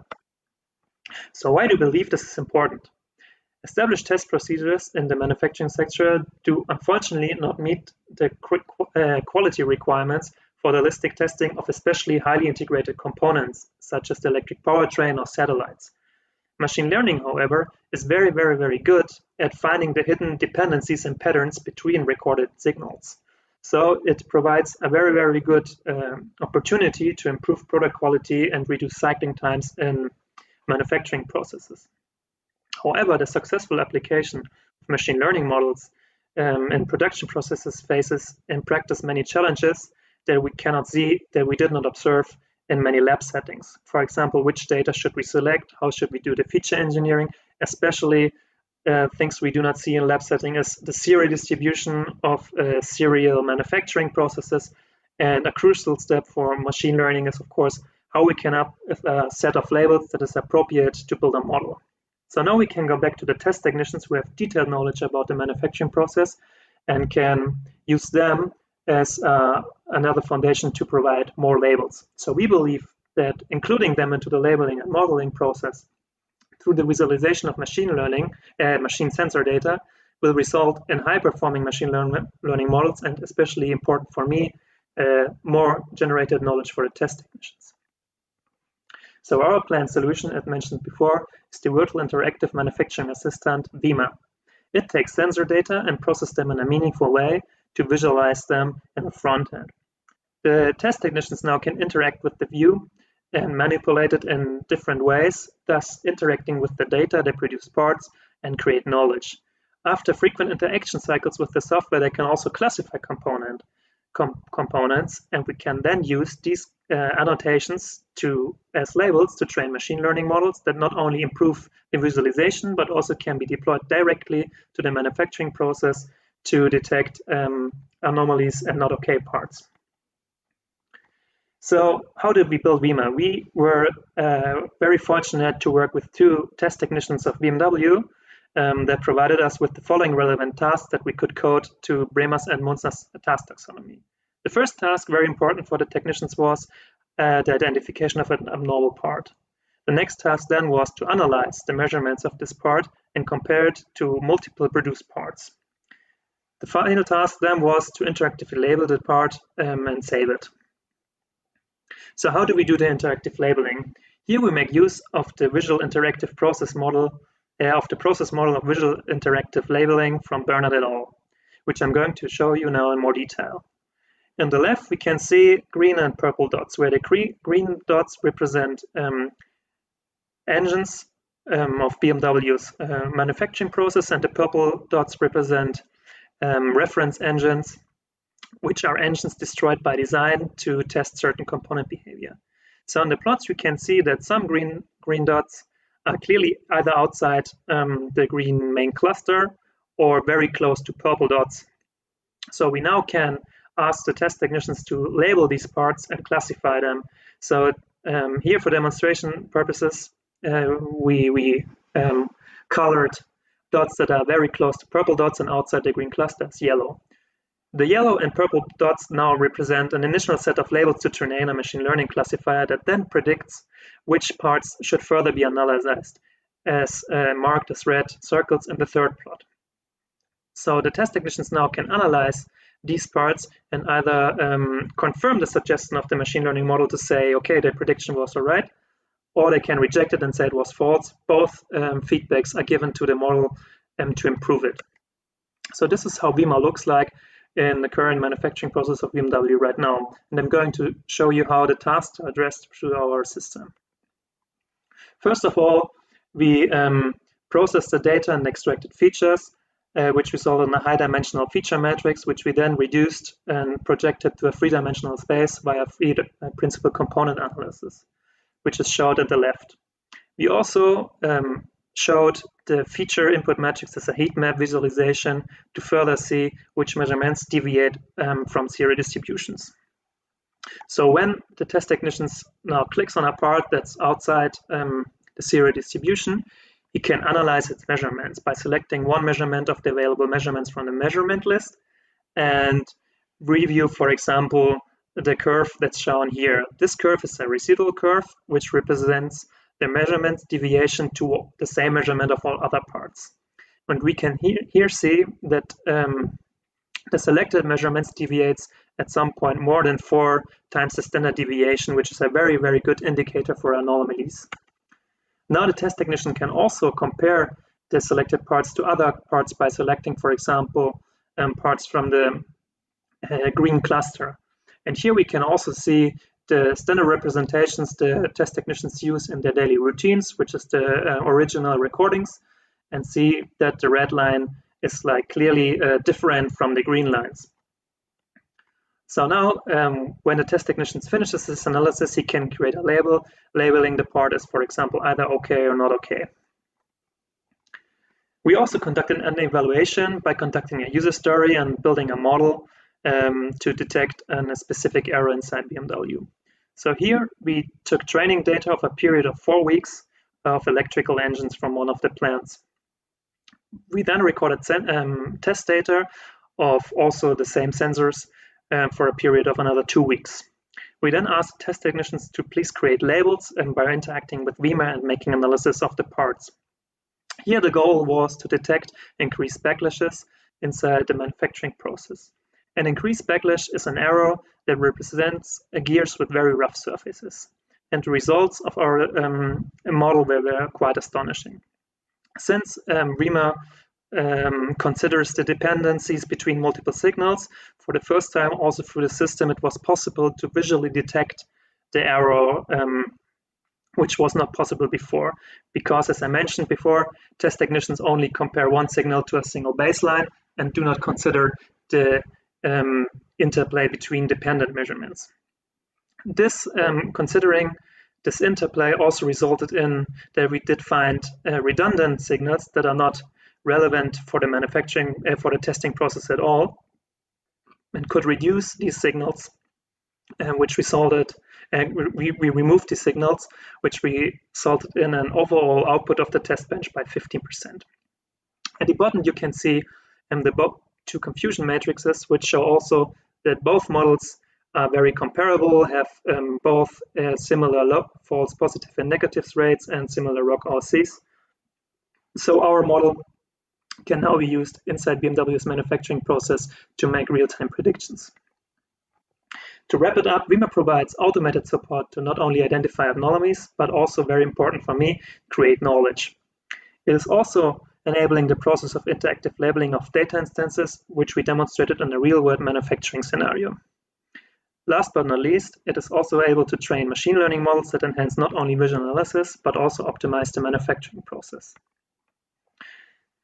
As many research projects, of course, we have some future research directions which we want to address. One very promising and interesting directions which we want to carry out is how can we not only visualize the result of a machine learning model by, for example, coloring a dot from green to red, but also how can we visualize the decision process of the model itself?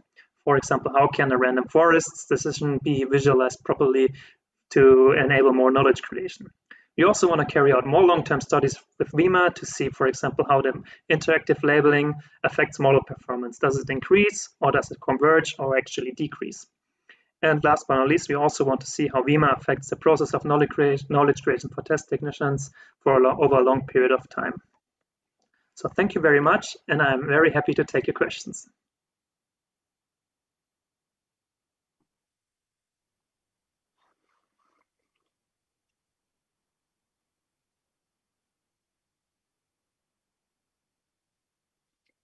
Okay, thank you very much, Joshua. I think this is a very good example of applying the VA approach to solve some real world problems, right, in specific domain.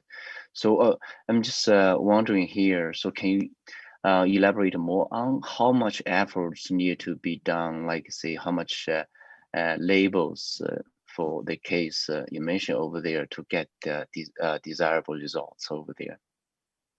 Well, we have kind of a fortunate situation and from my point of view in today's manufacturing process that we kind of can collect a lot of low-hanging fruits, because since we just compare one curve to another curve, if you just consider 2 curves, for example, you also already have like a lot of more better results. So considering your questions, we can work with data sets that have kind of not so much labels. So if we have, for example, 40 to 50 okay and not okay labels, so 100 at all, that's perfectly fine and is very good to detect a certain error. Sure. There is another question from our audience. Did you consider use the simulation data for training to migrate the needs for manual labeling, or at least for some known defects? No, we didn't consider simulation at all. We took from the beginning real manufacturing data and worked like from the beginning closely with the test technicians to develop the system. Okay, thank you. I think we're a little bit running out of time here. So again, thank you, and Joscha, and thank you all presenters from this first session. We were going to take a short break, and then we'll go back in 10. I think, yeah. Please check our schedule over there, because the time difference is different across the world. But again, thank you all the presenters. Thank you all audience. We'll see you later.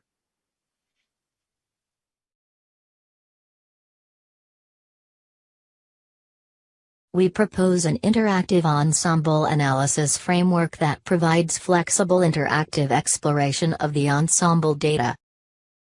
Time series characteristics of data can be obtained by fast browsing time steps.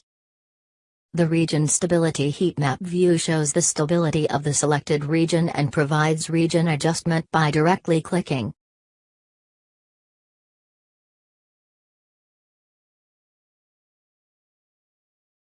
Out-of-distribution samples refer to the test samples not well covered by the training data, like these black cats.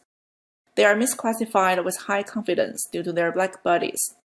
To explain why these samples are out of distribution, we developed OOD Analyzer, a visual analytics tool which provides an ensemble detection method and a grid-based visualization to detect and analyze out-of-distribution samples.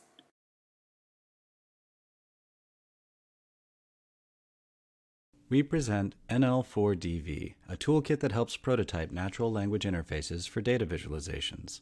NL4DV provides a high-level Python API for interpreting natural language queries. The API automates the core tasks of processing natural language queries to infer relevant information and determine appropriate visualizations, allowing visualization developers to focus more on designing and implementing the user interface.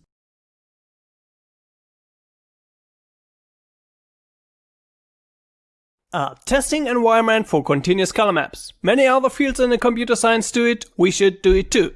With our work, we introduced the approach of using test functions as a standard evaluation method. We present a test suite for continuous color maps implemented in the CCC tool. Adapt the task to your requirements at the interactive testing section and observe them at the testing evaluation section. Tableau helps you see the stories in your data. It's designed to help you be smarter, so you can make better decisions faster. With Tableau, you can keep on asking questions in the data until you discover the root cause. Share your analysis securely. Your entire organization can access these interactive dashboards from any browser or mobile device to find their own answers. Tableau. Answer questions at the speed of thought.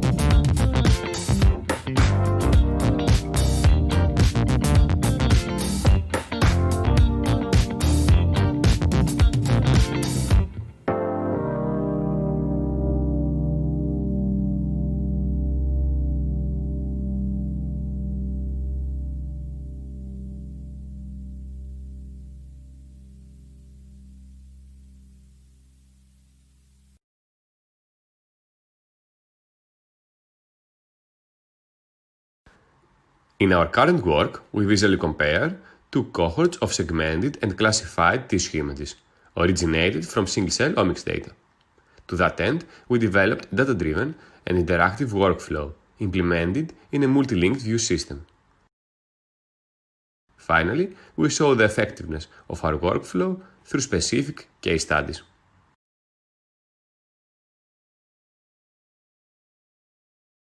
Several recent studies advocated the use of non-parametric density models for the improved characterization of data uncertainty. The non-parametric models, however, present the challenges such as increased memory and computational requirements. In this work, we propose an efficient non-parametric framework for volume rendering in the context of uncertain data and show their effectiveness in classifications via comparisons with the other statistical models. Tableau helps you see the stories in your data. It's designed to help you be smarter, so you can make better decisions faster. Connect to the data you care about. Sort, highlight, drill down, or filter your data in seconds. Add calculations to extend your data. With Tableau, you can keep on asking questions in the data until you discover the root cause. Tableau. Answer questions at the speed of thought.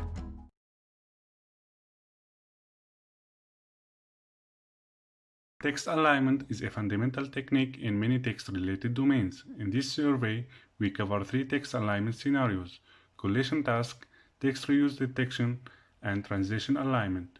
On the basis of those scenarios, we reviewed the existing text alignment visualization approaches and discussed their advantages and drawbacks. We finally derived design implications and shed light on related future challenges.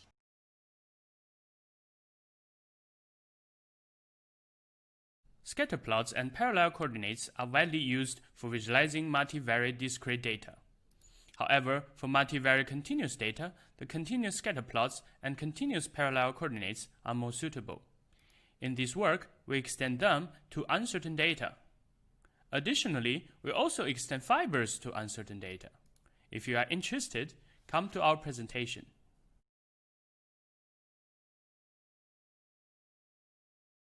We propose a new semi-automatic method that uses topological features to guide users in tracing neurons, and integrate this method within a virtual reality framework. We use the Morse-Mel complex to find a set of candidate neuron arcs.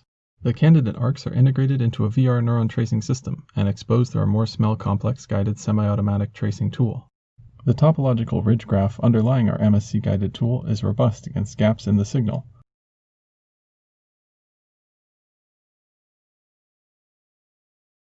In this study, we designed a system named Causality Explorer to facilitate the causal analysis. Users can explore the causal graph to perceive the causality and its uncertainty, validate the causality with the raw data, and apply the confirmed causality to what-if analysis.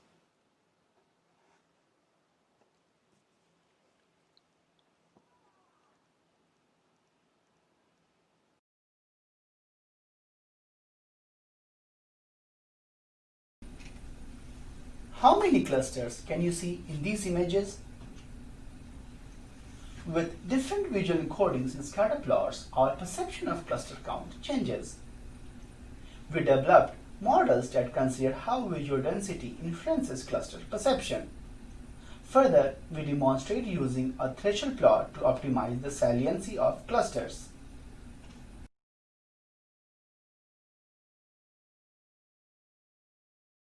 If machine learning were like education, we would like to test what concepts our student, the model, has learned. Has it learned the concept of object rotation? Does additional text help with object recognition? We need a methodology and platform for conducting such tests. In this paper, we present a novel visual analytics tool that enables hypothesis-based evaluation of machine learned models.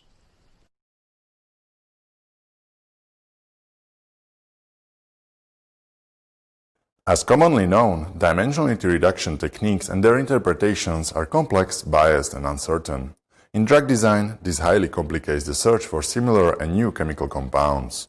To overcome this issue, Canva brings comparison of different molecular descriptors and properties into one tool, featuring planar, 3D, and table views for evaluating the trustworthiness of high-dimensional data projection.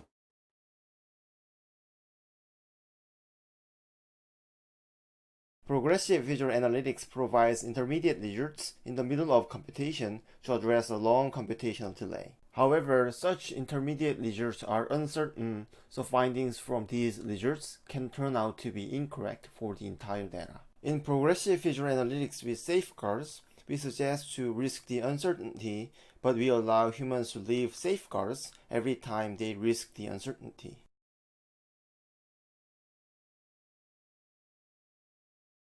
Do these three essays construct their argumentation similarly? Where in this table of argumentation data from the previously seen texts can I find certain argumentation patterns? Do these three argument maps depict the same argument? We have developed a visual analysis system for argumentation in essays that can answer these questions at a glance. You want to know how it works? Come to my talk.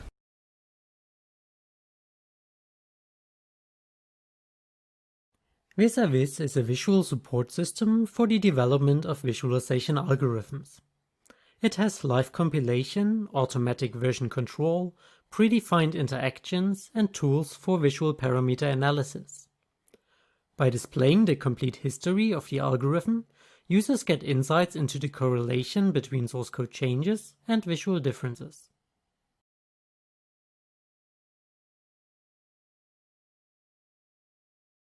We present Strat Graphics, an approach for designing data-agnostic and fully reusable visualization templates. Strat Graphics follows the inverse workflow that common data-driven systems. Rather than starting from data, designers construct visualization structures without relying on a data schema. Data tables are shaped later from the structure of graphics. We demonstrate the power of the approach through a gallery of visualization examples.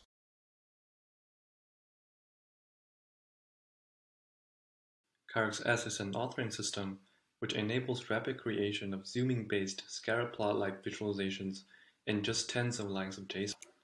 We contribute a declarative grammar for such visualizations, which captures a large design space. By working with multi-node database spatial indexes, CarxS enables interactive browsing of billions of data points. Come listen to our talk to learn more.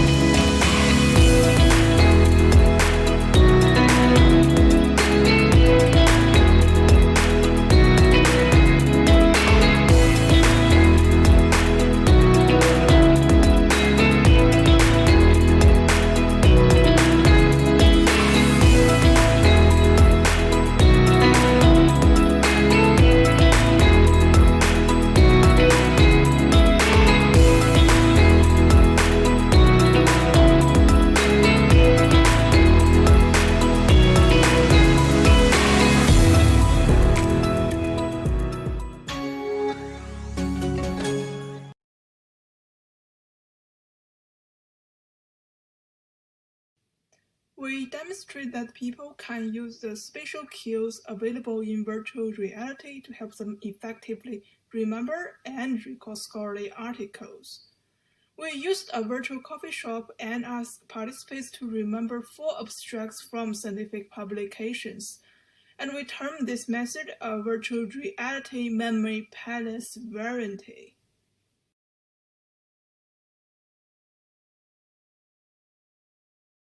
We present the first generic design space and library for visual piling. Inspired by physically piling paper documents, visual piling describes an interface for spatial organization of visual artifacts into piles of partially overlapping items. Piling affords interactive grouping, arrangement, previewing, browsing, and aggregation to reduce the complexity and support comparison of large collections of small multiples.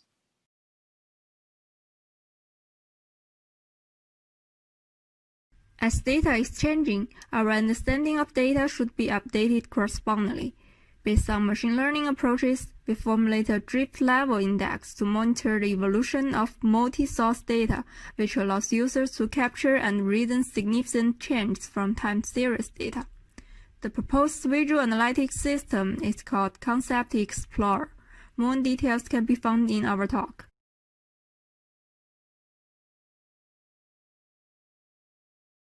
Taylor-Coyer flows is a turbulent fluid motion created in the gap between the two rotating cylinders.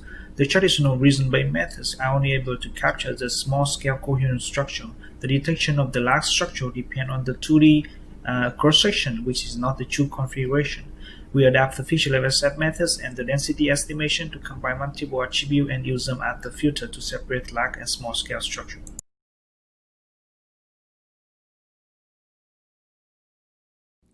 Pixel Clipper allows visitors to quickly and expressively extract visual clippings from visualizations and add comments to them. The clippings are useful for engaging the public with complex datasets because they are entry points into the visualization. This can be applied in a wide range of engagement experiences, such as the use of facilitated and ambient displays at public engagement events.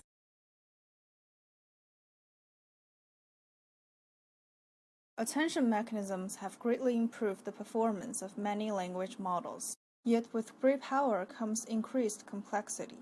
In this work, we present attention flows, a visualization that lets users interpret the language model's decisions and gain insights into the underlying self-attention mechanism.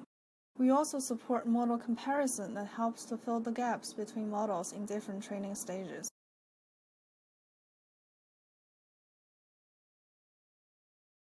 How do you visualize the nanoscale, 1 billionth of a meter, for the public? As part of a Science Center exhibition, we developed an immersive environment that explains nanoconcepts by allowing users to explore nanoproperties. We reflect on how exploration, the confluence of explanatory and exploratory visualization, can be applied to visualization in public spaces.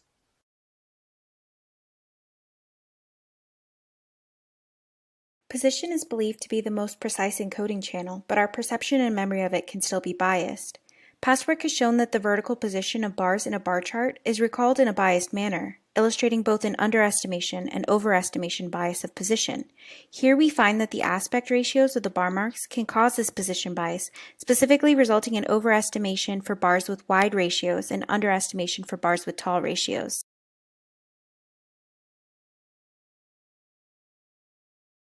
Deep neural networks are vulnerable to maliciously generated adversarial examples.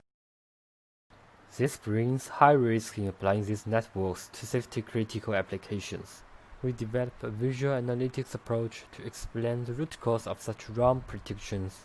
Our contribution contains a constrained datapath extraction method, a river-based visualization, and a contribution analysis method.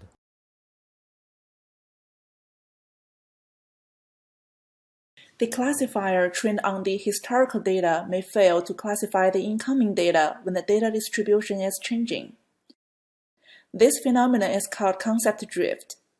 To handle the concept drift, we developed DriftViz, a visual analytics system to help the expert understand when, where, and why the drift happens, and update the model to improve performance.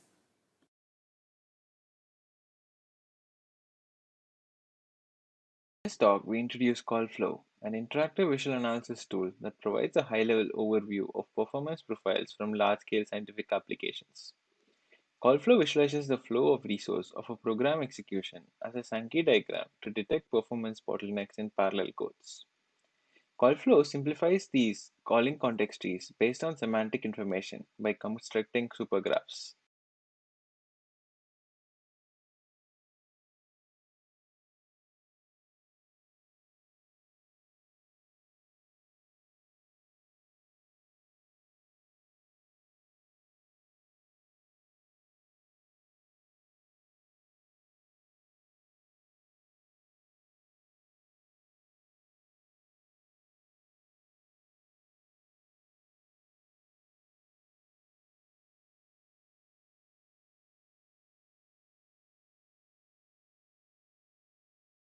Data videos are quite popular nowadays.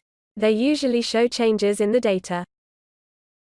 However, creating a data video requires multiple skills, and the process is usually laborious and iterative. Our approach focuses on automatic and interactive visual enhancement of important changes in time series data with data video.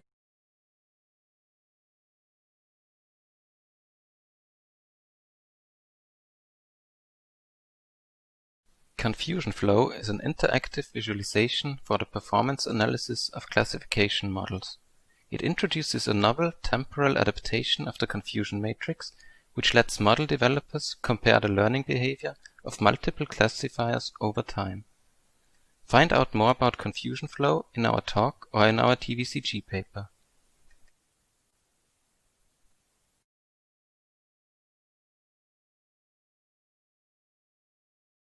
While meetings are an essential part of everyday business life, most calendar visualizations are not designed for retrospection. We present a tool consisting of 4 coordinated views that integrate into the user's daily workflow and are designed to promote self-awareness about past scheduling decisions. We discuss the insights gained from an internal user study and from a field deployment. All right, welcome back to VDS, to the final session. I'm delighted to introduce Joscha Hallman as our final keynote speaker today. Joscha is an associate professor of computer science as well as journalism. And although Joscha is really a core part of our visualization community, I'm really delighted to invite her here because she's really pushing our community in various new directions. And so she's going to actually tackle some of that in her talk today. So without further ado, I'd love to introduce Joscha. Thanks for joining us, Joscha. Yeah, thanks for having me. I'm excited to talk. So like Adam said, I'm at Northwestern. My primary appointment's computer science, but also I'm in journalism, so weird mix there. And I co-direct the Midwest Uncertainty Collective there at Northwestern with Matt Kay. This is a lab devoted to sort of all the ways that we can make interfaces and visualizations better for reasoning about data under uncertainty. So today my talk's called Why Interactive Analysis Needs Theories of Inference. So as you probably know, anyone here, visualizations, we often use them based on their ability to offload cognition to perception, and they make it easier to find patterns as a result. So for example, I'm sure you've seen Anscombe's quartet, this set of 4 data sets, which if we looked at them with summary statistics look identical, but if we inspect them graphically, we see some big differences. So in the last few decades, research in information visualization, the field that I work in, has expanded in scope so that we're now addressing topics like using data for decision-making under uncertainty or communication through visualization. And yet I think when it comes to sort of the way that we view the real function of visualizations and visualization systems, it's still pattern finding and examples like Anscombe's quartet that sort of get at what we see as the sort of real role of visualizations. And I think the notion that visualization is about exposing patterns may largely be a carryover from the way interactive infoviz was born as a discipline, where we were largely inspired by the pioneering efforts in EDA of statisticians like Tukey, who were sort of tired of the way that statistics at the time was dominated by mathematical formulations, of confirmatory stats like hypothesis testing.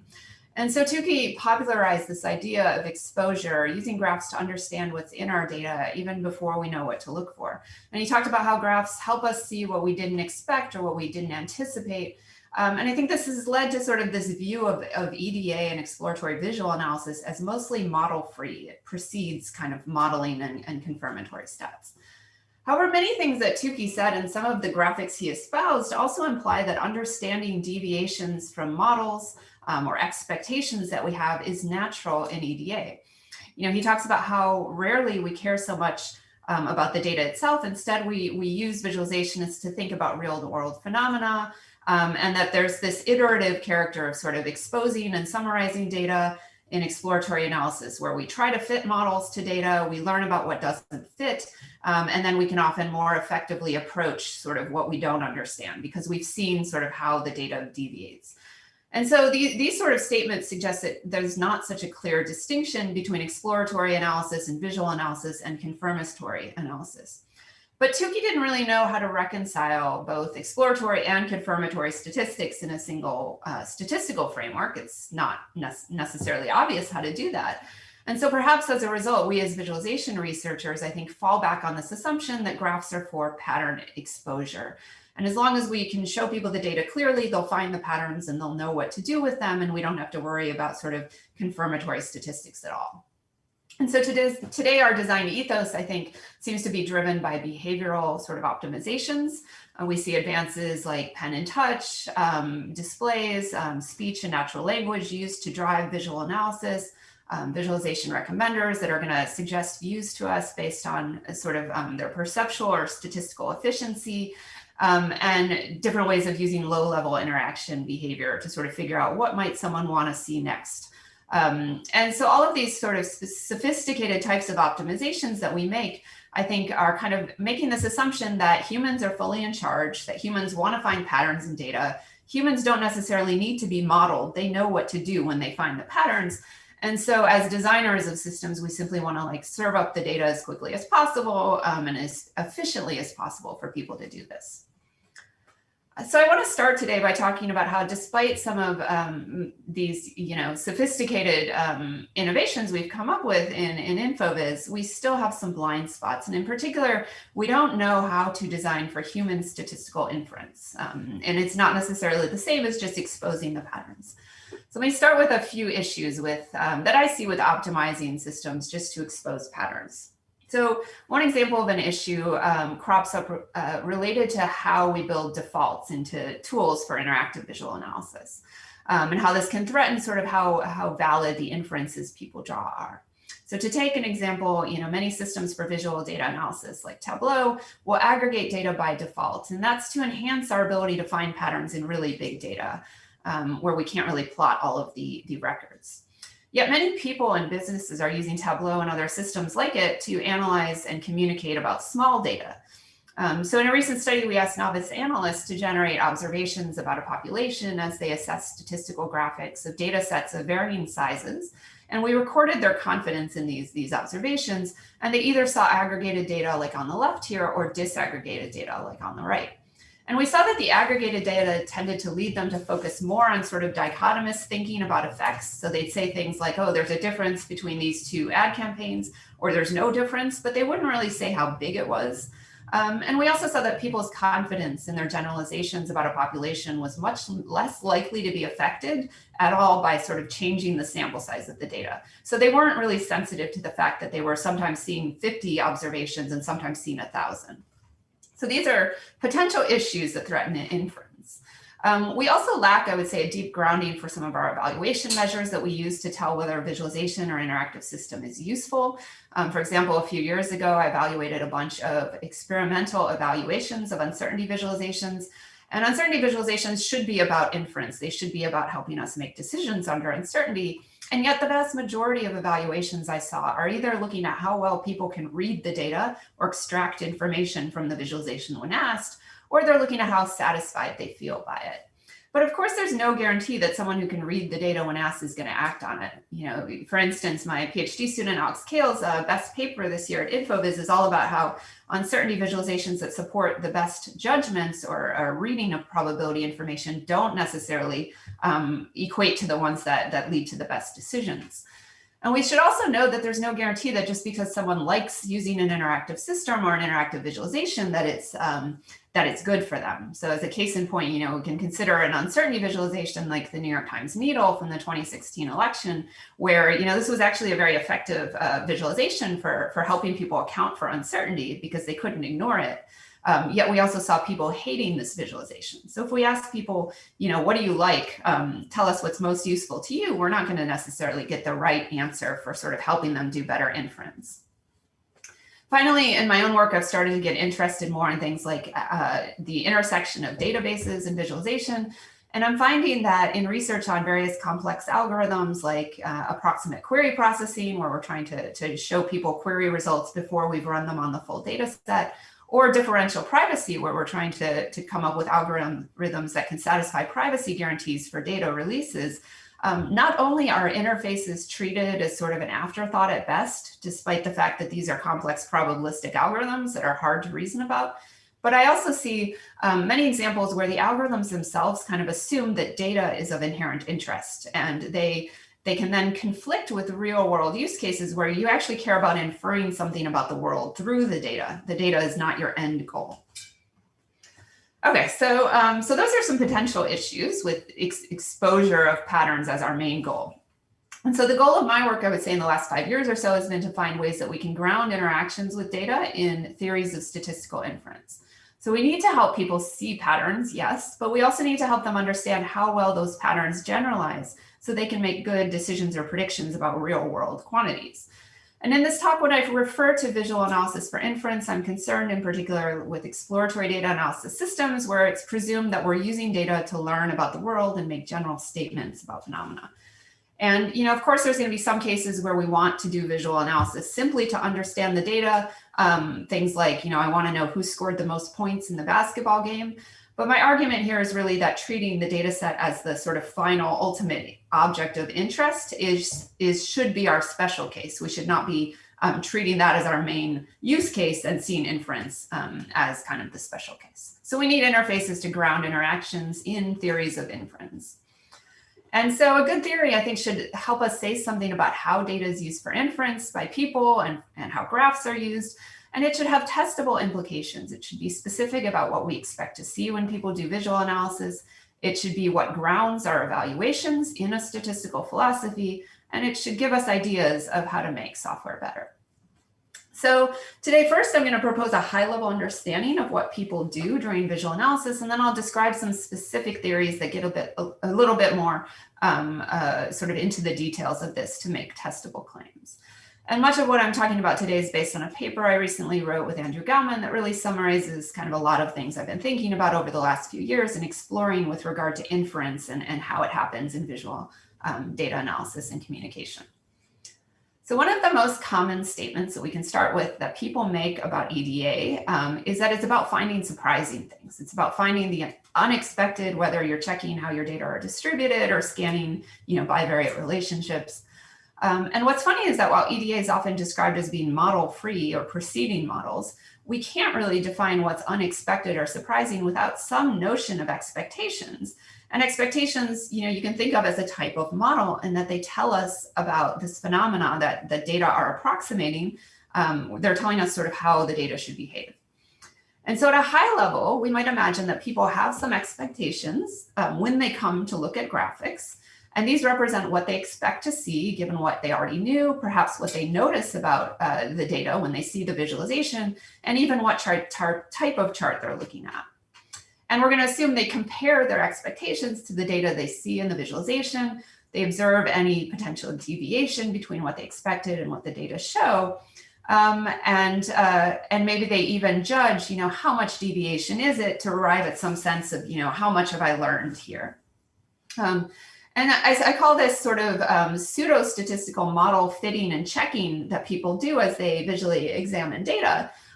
Because, I think we can try to specify sort of their expectations as statistical models, but we need to remind ourselves that they're only pseudo-statistical and that someone, their implicit statistical model or mental model may have some properties of a statistical model, but it also might deviate from what a statistical model would do. So it's kind of, we can think of them as statistical models, but they're not going to be perfect. So I'll use an example to demonstrate how these kind of intuitive statistical models capturing our expectations endow graphs with meaning. So let's say I'm going to look at a histogram. Chances are there's some reference structure that I'm considering and comparing to what I see. For example, often when we see data that looks remotely like a bell curve, we want to check naturally how does it deviate from a normal.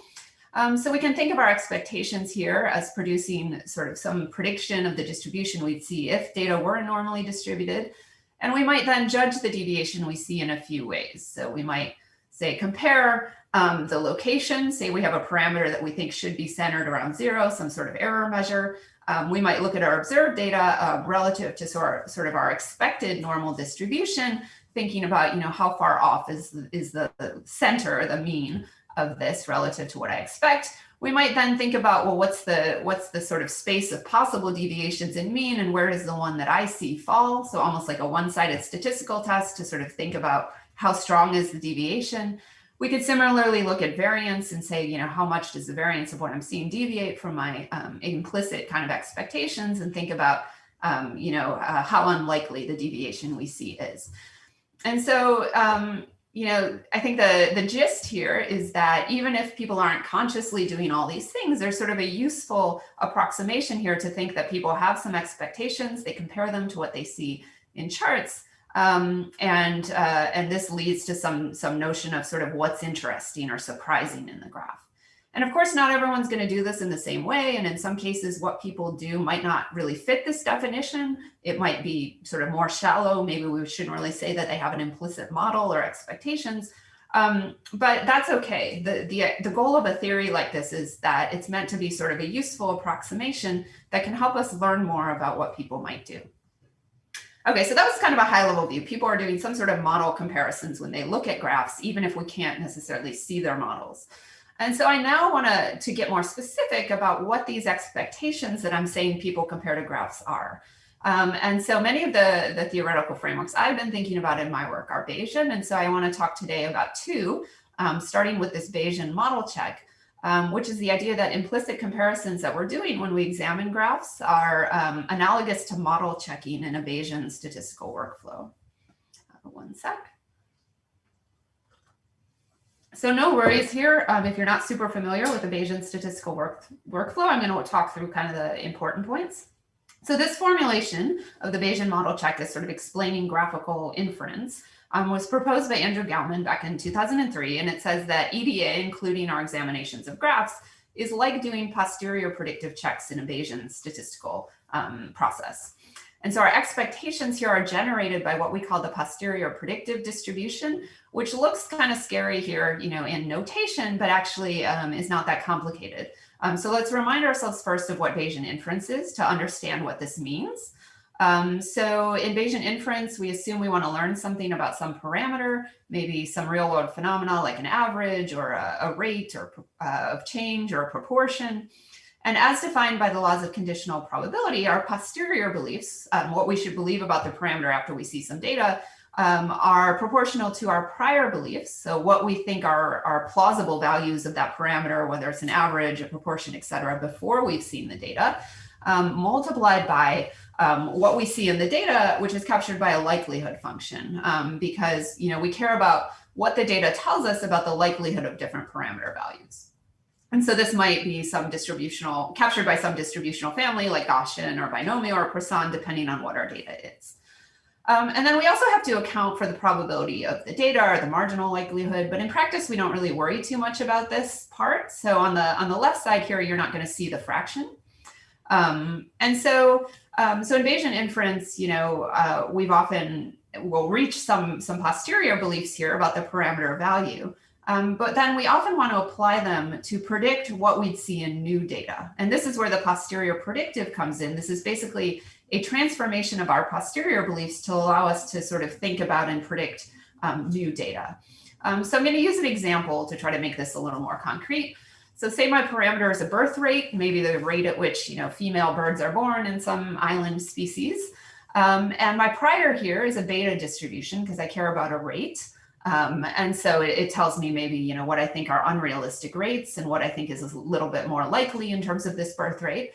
And then let's say I observed some set of births. Somebody went out and looked at how many baby birds in some sample were born female. And so Y here represents my observed data. It's generated, or I assume that I want to learn from it something about this underlying birth rate. And so that's captured not by a beta distribution, but by a binomial distribution, because we're talking here about counts and what I would expect in terms of different counts if I had different underlying parameters or values of theta. My posterior beliefs that I calculate are then back in sort of parameter space. It's again a beta distribution talking about the plausibility of different values of this birth rate. But maybe what I want to do now is imagine new data and make predictions about, how many female baby birds would I see if I had a population or a sample of this size. And so that's where this posterior predictive distribution comes in. So going back to this left side here, what is this P Y rep given theta? What does that represent? Well, we can think of it. Oh, my slides are a little laggy. So this Y rep, you can think about as sort of a replicate data set. So we are going to think of this as sort of the data that we imagine when we look at a graph that's generated by our posterior predictive distribution, or sort of our best estimate of kind of what the data generating process is, given some assumptions we make. So we can think of it as kind of giving us guesses about what we should see in sample data of the same size and shape as the data we see. So it's kind of this implicit comparison data set that my theory says, people are imagining when they look at graphs. So the model check or comparison at the center of our process is a comparison between the data we see and this fictional imagined data produced by a posterior predictive distribution. So that was kind of a lot of notation momentarily, but if you don't know Bayesian inference well, I would say don't worry too much about that. The point here is just to demonstrate that we can cast what's happening during visual analysis in terms of statistical theory, and this allows us to talk more specifically about what we expect exactly to influence, how people make sense of and find patterns in charts. Okay, so there's a few nice implications of this formulation of looking at graphs and examining graphs as a model check. So not only does it have a statistical philosophy behind it, Bayesian inference, the posterior predictive formulation I think is useful because as a construct, it captures a lot of what we would expect to impact people's judgments of what they see during visual analysis. So first, it implies that people's prior beliefs can shape the process by which they decide what's interesting or surprising in a graph. And that seems necessary on some level. Rarely do we come to data as a complete blank slate with no prior beliefs about things in the world that the data approximate. It's also a nice generalization in that someone could have a very weak prior, in which case the prior will sort of fall out of the equation for their posterior predictive distribution, but we can still talk about the posterior predictive as sort of what generates the implicit data they compare to what they see in the graph. It doesn't no longer make sense. It's just that we talk about having a weak or a non-informative prior. Another implication is that the graph and the data itself can impact what someone expects to see. So as an example, to sort of make this a little more realistic, let's say, I'm doing analysis, I generate some line chart like this, I'm visually assessing some data, and given maybe what I know about these different lines, the groups that they represent, maybe my prior is pretty weak. I expect maybe no interactions between these different groups, and I expect the rate of change to be about equal between them because I have no reason to believe that one would have a steeper slope than another. So now maybe I see the data and I'm going to sort of, think about, what I would expect to see given my prior, but I'm going to take into account, say, the set of slopes I see here in the data set, the set of intercepts I see, the amount of variance I guess there to be in the data. And so I can kind of think about, well, if my assumptions that there's no interactions, that the rate's the same across groups are true, what would I expect to see here? And I can compare this then and note the deviation between the data and this sort of reference distribution that I have here. And this, I might then, do some appraisal of sort of how much deviation is there, how wrong was I, how much have I learned here about this data through sort of this implicit comparison I'm doing. So maybe then I focus on the latter half of these series, I do some further graphs, etc. The idea is that this comparison sort of drives what I see and what I think I learn in visual analysis. So I also like this theory because like any good theory, it can be productive. So it not only can say something about what should impact our visual assessments, but it can tell us how to make better graphs. So one important implication here is that we should be able to take any graph and think of it as a model check. And this, I think, can help us potentially figure out, if we can think about what the model might be that someone's implicitly comparing to, we can figure out how to make the graph more useful to the person analyzing it. So consider, for example, a standard residual plot. So maybe I've run a regression and now I'm looking at my fitted values on X and my remaining error, my residual on Y. And when I look at residuals, I know that I want to see them sort of randomly spread around 0, balanced on both sides. So this line's kind of in the center of my plot.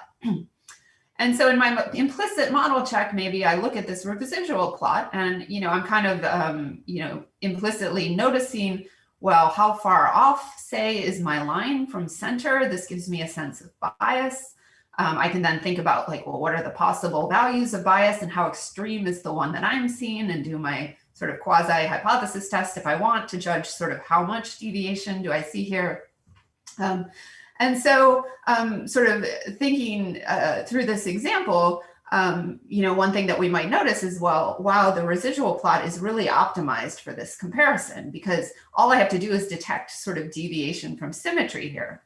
So the implication, might be that, well, if we know for any graph what the model, the implicit comparison is, we can then try to make the graph more useful by optimizing it in the same way that something like a residual plot or a QQ plot works, where the graph is kind of designed so that all we have to do to judge the model is detect kind of the deviation from symmetry, which our visual system is quite good at. So basically, like we can, by knowing the model, try to make the graph sort of turn the model check, the actual visual judgment process, into something closer to a visual heuristic, where all I have to do is note some deviation. Okay, so I've been using this term model kind of loosely and talking about people's implicit pseudo-statistical models producing predictions that they compare to data. But I think it's worth saying something briefly about the difference between, what I mean when I say a model and heuristics, which also happen a lot when people judge data. So for instance, there's plenty of evidence suggesting that sometimes, people look at data and they do something resembling a heuristic or sort of a mental shortcut, where the heuristic is like a visual process that's not even really influenced by what the data means. It's more sort of a function of the visual pattern they see. So I think of it as kind of a visual routine. And again, the best paper this year from Alex Kale does a really nice job looking at different uncertainty visualizations and sort of trying to get at, well, what heuristics do people use? What sort of little visual judgment strategies are they using to judge something like how big is the effect that I see or the difference between these two distributions? And so the reason I'm bringing this up, this difference between model versus heuristic, is first to clarify that I think the model, if we're thinking about graphs as model checks, what we want to strive for and what we hope people are doing is actually thinking a little bit more deeply about what the data mean, bringing in some knowledge of that rather than just using, these pure visual sort of heuristics, which are very shallow. Second, though, I want to make the point that the model check formulation or any theory of inference doesn't have to describe every single interaction people do with graphs. It's fine that sometimes people use heuristics. Instead, I think the value of a theory is to guide the questions we ask and to enable us to make, specific testable statements and to provide ideas of how to help people do better analysis. So we might think, well, if people are using these sort of shallow visual heuristics that don't even depend on the data, what can we do to push them more towards thinking more carefully about what the implicit model should be when they look at the graph? So finally, if examining graphs is like doing model checks, we would hope to see some correlation between how much the analyst knows and how much or how sophisticated their implicit model is. So the more sophisticated our model, the more we should know about the data and understand about that. And one thing that I like about the model check formulation is that it emphasizes sort of, understanding through the deviation between our model. And to think about this, we can contrast kind of this Bayesian model check idea with a related technique, the lineup, which was a technique I really like. This very deservedly won best paper back at InfoVis in 2010, where the technique is going to assume that someone's going to visually assess some data. It's going to take that data and generate a bunch of null plots representing what you would expect to see if there was no pattern in your data. And then the idea is that if the analyst can spot the real data somewhere amidst these null plots, that they've approximated a significance test with the alpha value being equal to 1 over n. So n is the number of plots here. So, if we can find the real data in this grid of plots, we've approximated a statistical significance test with alpha equals 0.05 because we have 20 here. So like the Bayesian model check formulation, there's a notion in the lineup idea that, graphical analysis can be helped when analysts think more carefully about what are my implicit expectations. However, one place where these two frameworks or theories deviate is that the lineups tended to be used mostly for null hypothesis significance testing, where the question that we're asking is generally something like, is there any pattern in this chart?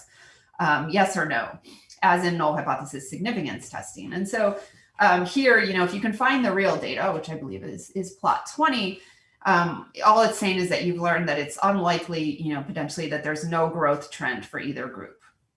However, if we think more generally about sort of the generation of expected data and the comparison of that to data in a graph as a Bayesian model check, the emphasis I would say is more on noting how much deviation is there, not just, do I have a pattern or not? And so I think that's one sort of nuance of these different models or these different approaches. So later I'm going to get to what sort of techniques the Bayesian model check formulation suggests we should begin inventing, sort of similar to the lineup, to help people do analysis. But first I want to briefly summarize what I just went over. So the idea here of this Bayesian model checking is that when we examine graphs, we are doing implicit model kind of fitting or, and comparison, or checking our models to determine what's interesting in the graph. These implicit reference distributions therefore give graphs that we look at in visual analysis their meaning, and we can think of them as draws from posterior predictive distributions. Priors therefore can matter because they play a role in these models, so can specifics of the observed data and the chart type. And by making the reference more explicit, we can try to improve the graph. Okay, so I should say, you know, I've sort of introduced this model check idea. I haven't talked about testing or validating this theory yet. That's something I'm just beginning to think about with my student, Alex Kale. You know, how do we know, for instance, if someone's using a reference distribution versus using heuristics? Can we tell? How can we then try to infer what sort of their reference distribution is to make the graph better? I think these are really interesting questions. I'm not going to talk through this today, just because this is still early in this type of work. So instead, I'm going to transition now to talking about a second statistical framework to sort of give you a sense of how these different models can vary in terms of the nuances of how they think about, you know, human statistical inference. And I'll talk more about how we can try to validate a model through this example. So this is Bayesian cognition. It's related to the model check idea, but with more emphasis on how do people update their beliefs when they see new data in graphs. And so because I've been using this framework for a few years, it provides, I think, a good example of what we can, or what it looks like to test a theory of inference against human behavior, and just how much we can learn from just one or two studies. So doing this has kind of helped convince me that there's a lot of value in theory, even if we don't think the theory is perfect. So as I mentioned before, the Bayesian model check idea I just talked about was nice because it could account for the fact that you know, prior knowledge and expectations impact what we see in a graph. A Bayesian cognition framework is now instead going to focus on a specific subset of the model check idea, which is this idea that the analyst has some prior beliefs and they get updated based on what they see in the data. So this is kind of implicit in the posterior predictive check, but we're really just focused on sort of how the posterior beliefs are generated from the analyst's prior beliefs and what the data implies to them about the likelihood of different parameter values. So we want to understand this step better, and we can basically ignore some of the other sort of machinery here in this model check diagram, and even ignore the posterior predictive and just think about sort of this update. So let's kind of imagine that we're zooming in up here to the steps, the belief updates that get us to our posterior beliefs. And so don't get confused here, but I'm now going to use circles and sort of a similar shape diagram, but I'm no longer talking about a model check. Now I'm talking about a belief updating process that presumably precedes it. So let's assume I have a data set that someone's going to use to do parameter estimation. So maybe here my analyst is going to be someone perhaps like a social scientist who has some prior beliefs about some parameter, say, you know, influences of different factors in the world on gender and beliefs about gender or well-being, you know, any sort of parameter you can imagine that someone might analyze. I would expect that different users will have different levels of information in their prior beliefs. So my social science researcher might have a pretty good idea of what to expect for a given parameter value, say, some proportion, whereas if I'm a student that's just analyzing data for the first time, I don't really have any background on whatever the topic is, I might have very weak prior beliefs. Whatever the prior, though, it doesn't matter. What we're going to say we expect is that when people look at visualized data to learn more about the parameter, say we have some sample of data, maybe the parameter here is the proportion of women in the tech workforce that experience mental health issues due to work. We're going to assume that they see the data. We are going to hope that they sort of can gauge just how much information they can get about the parameter value from this data set. So here we'll say we have a survey result, and we're showing them what proportion of women in the survey responded yes to this question about mental health. When we're going to hope or assume that, you know, sort of they're looking for what they can find in the data about what the parameter value is likely to be, and they're doing some sort of implicit belief update. So they're taking what they believed before or what they thought was plausible, they're combining it with what they see, the new information that they get, and they update their beliefs. And they arrive at some posterior beliefs about what is the true value of this parameter in the world. And we're going to hope that they don't necessarily overwrite everything they knew before, if that prior is actually useful, if it's based on prior evidence. And we're also going to hope that they don't totally ignore the data. And in particular, we're going to look to normative Bayesian inference as a good prescription of what someone should do. So how they should combine information in their prior beliefs with new data, because it's governed by sort of the laws of conditional probability. So it tells us, if you have no reason to distrust the data or distrust your prior, how should you update your beliefs? And so in my work in the last few years, we've been applying this framework along with Jäckle Kim, my former student, to understand how people interpret data. And so we've either elicited their prior beliefs or given them prior beliefs, and then we've shown them data in a visualization, and then we've compared their elicited posterior beliefs to those predicted by normative Bayesian inference. So, what can we learn from this? I want to talk about what we've learned just in our first study that we did, because it's part of what convinced me of just, again, how valuable a theoretical framework can be. So in a first study, we did a controlled experiment, or a series of controlled experiments on mechanical Turk, where we showed people different data sets of two different sizes. They were either very small or very large data sets. And we first described to them a parameter. It was either this parameter about how many women in the US tech workforce do you think experience mental health issues often, or it was a parameter about how many US assisted living center residents have dementia. And so these were based on real world data sets that we found online of two different sizes. And so people were shown the parameter. We first elicited their prior beliefs using a technique from the expert elicitation literature for getting beta prior, because we're thinking about a proportion or a rate. And then we showed them the data in a visualization using an icon array, because that was what was used in the original visualizations that motivated this.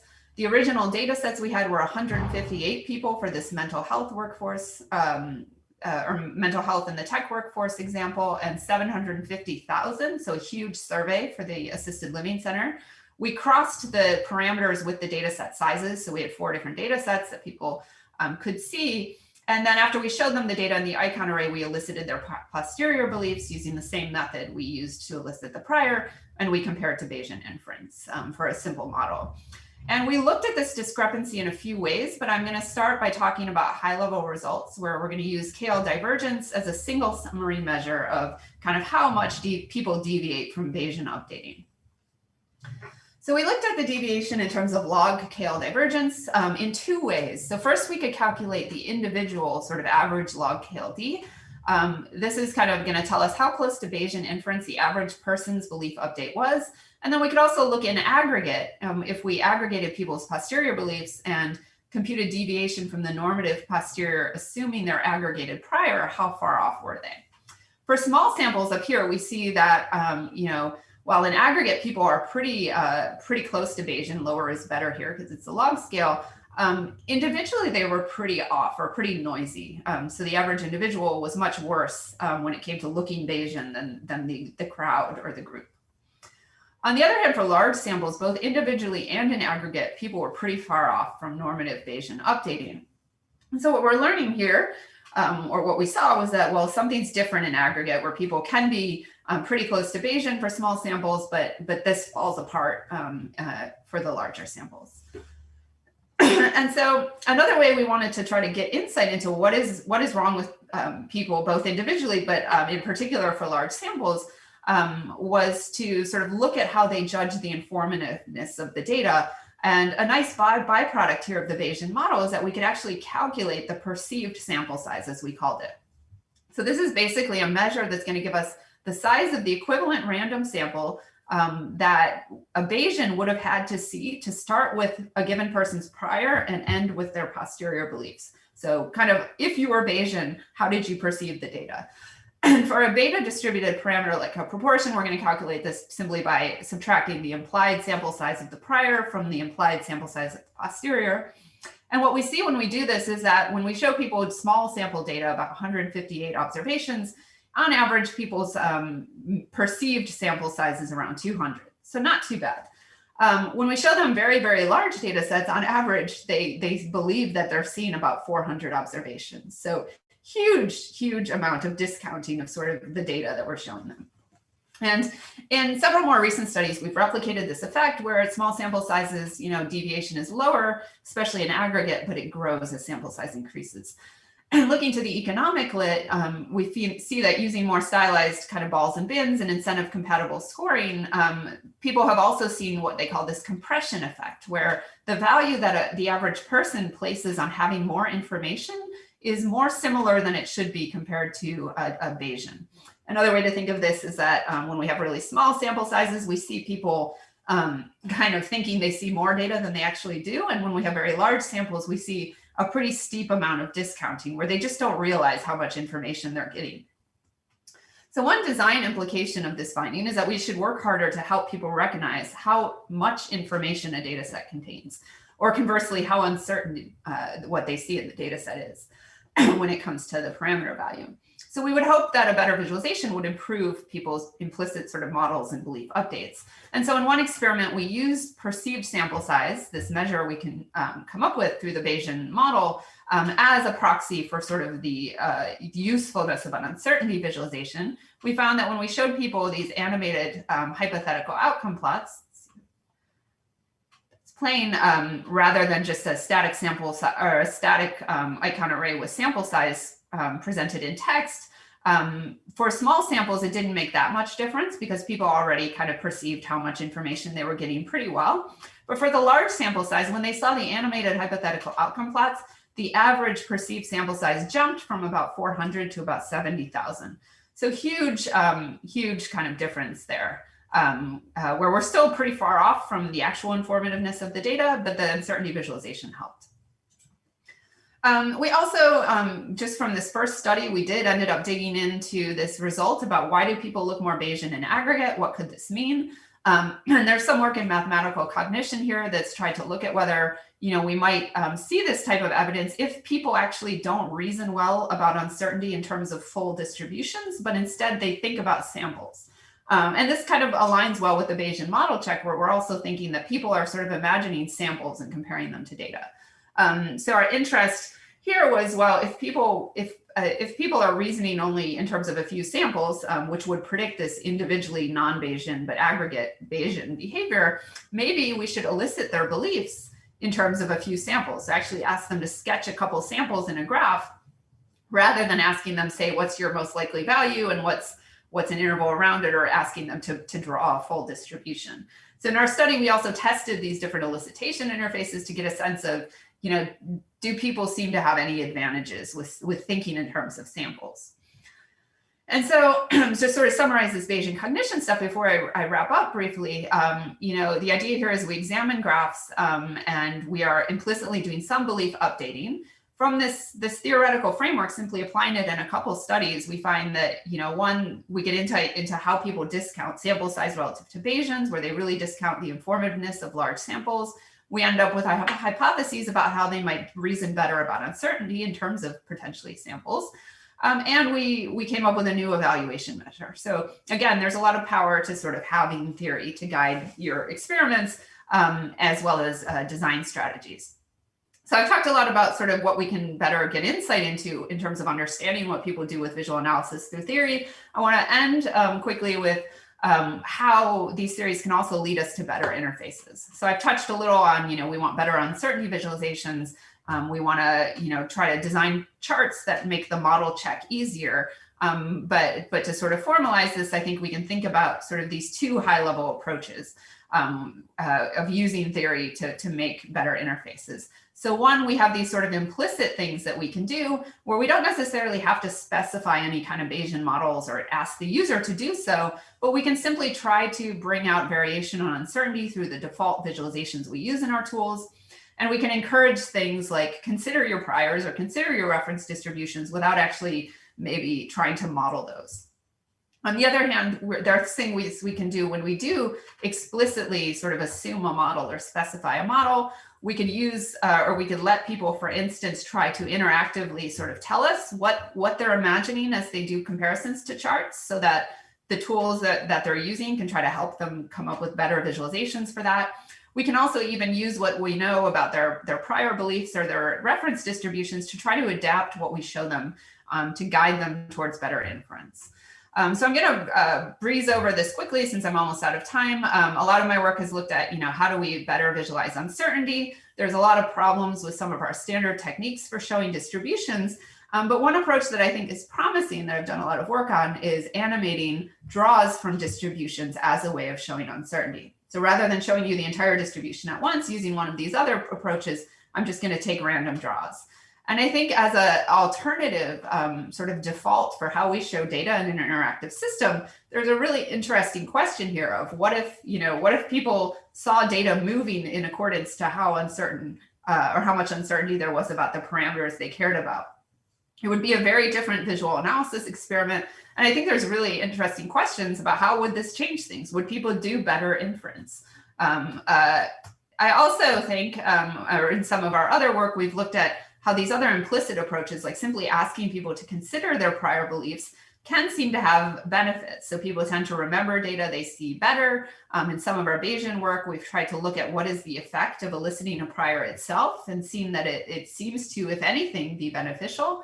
So another idea is, can we in interactive viz systems get people to sketch what they're expecting to see and use that to somehow better understand, or in this case, simply get them to reflect. We can also use it to better understand what to do better in the system.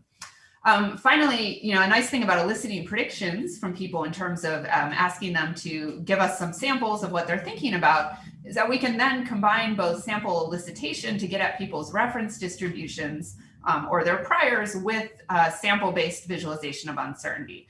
And so this was a complex graphic from the New York Times showing us information about math and English scores and how much boys and girls in US primary schools differed in those scores, as well as how math and English score advantages of one gender were related to income percentile.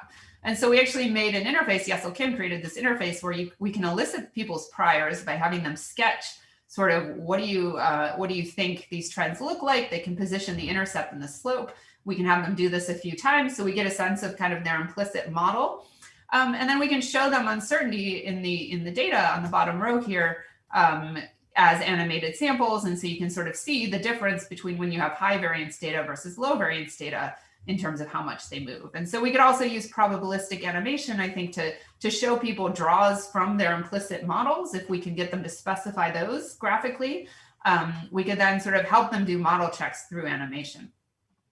I'm going to skip over this. We have another cool Viz paper on Friday morning talking about how we can use Bayesian models to sort of guide people towards better inference. I'll let you check that out maybe on Friday. And I'm just going to end here by saying sort of, I hope from my talk today, you've gotten a sense of how theoretical frameworks that help us try to understand how people do statistical inference from data can really help us get more insight into what's going on in visual analysis. And these theories, I think, are good in terms of giving us as researchers ways to do model checks, where we want to test our assumptions about what people are doing. And by figuring out where these models deviate from what people actually do, we can better understand things like, well, when do people use heuristics versus something more sophisticated? How do factors like, how much someone trusts the data set impact their deviation from Bayesianness versus biases that we see. So there's a lot of power for understanding. And then there's also a lot of power or productivity, I think, in terms of ideas we get. So people do bring these implicit references. How can we make graphs more useful by trying to build them to sort of exploit symmetries in these reference distributions? How can we design software that better integrates exploratory and confirmatory analysis by asking people to specify aspects of these reference distributions? And finally, variation and uncertainty should be critical. We should be building these defaults into systems. Okay, so I went over a little bit, so sorry about that, but thank you for your attention. I'm very happy to have been able to speak today, and thanks to my current students and former former collaborators. Thanks. Thank you, Jessica, for that wonderful talk. So we have time for one or two questions, which I'll kind of narrate from the active Discord channel.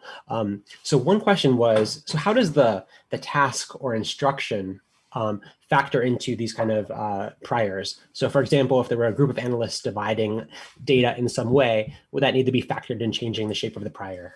I.e. one person looks at all the data points above some value, the other person looks at it below, and so on, yeah.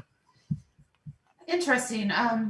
So I haven't really thought about group analysis settings with this. I think the power of these frameworks is probably going to be, or they're going to be more powerful when you're thinking about individual, just because I think it's harder to predict across a group what people are doing. So maybe, in a group setting, you want to have people, think about their own implicit, both their priors and their reference distributions potentially, and maybe try to, I think it'd be great if tools helped people sort of expose those a little more. I think it would make communication then between analysts easier if we could, say, rather than just showing someone a chart and being like, I think I see this, but actually showing them, look, here's some simulations or some draws from a simulation that captures what I think we should see here.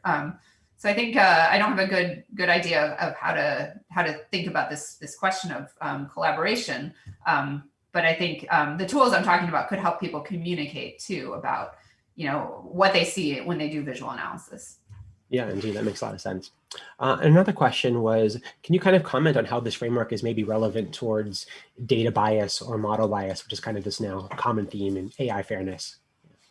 Yeah, so I think, one place where we've learned a lot through some of the stuff like Bayesian cognition is that, often you can use a theory like that to see where people deviate from like things like Bayesian updating, or where the models that they're comparing to the data actually look very different than the data. And that can give you insight into exactly what sort of biases they perceive in data sets. So I think like human intuitions and these sort of implicit references we think about when we judge data actually capture a lot of important domain knowledge. And by sort of looking at what do people say their posterior beliefs are, what are their priors, comparing that to data, we've learned a lot about things like, well, if somebody has any reason to distrust the data, they're going to deviate more from Bayesian. That deviation is going to increase even as the size of the data set goes up. So people seem to distrust really large data sets from sources they don't trust even more than they would a small data set. So we sort of learn things. I think we can learn a lot about bias, and we can define bias in a more rigorous way than a lot of what I see in terms of other studies in visual analytics. So yeah, I think it's a really great tool because when we think about bias in data or in models, we have more rigorous definitions, and so we need the same sort of definitions, I think, to think about the human perception of bias. Yeah, great. That makes a lot of sense. Thank you. Unfortunately, we need to move on to the rest of our program, but I really enjoyed your keynote, and thank you so much for joining us. And I encourage you to visit the Discord channel to see all of your applause and the rest of the questions as well. So thanks, Jessica. Bye. And with now, I'll hand it over to Alvitta, who's going to present our final papers. Thanks. Thanks, Adam, and thanks, Jessica, for that very interesting and, of course, informative talk, as usual. We're now going to transition straight into our second session, and this will be three papers, very exciting talks, all loosely related to visualizing time series. So to kick off, we're going to start with DG2Pix, pixel-based visual analysis of dynamic graphs, and this is being presented by Erin Chakmak.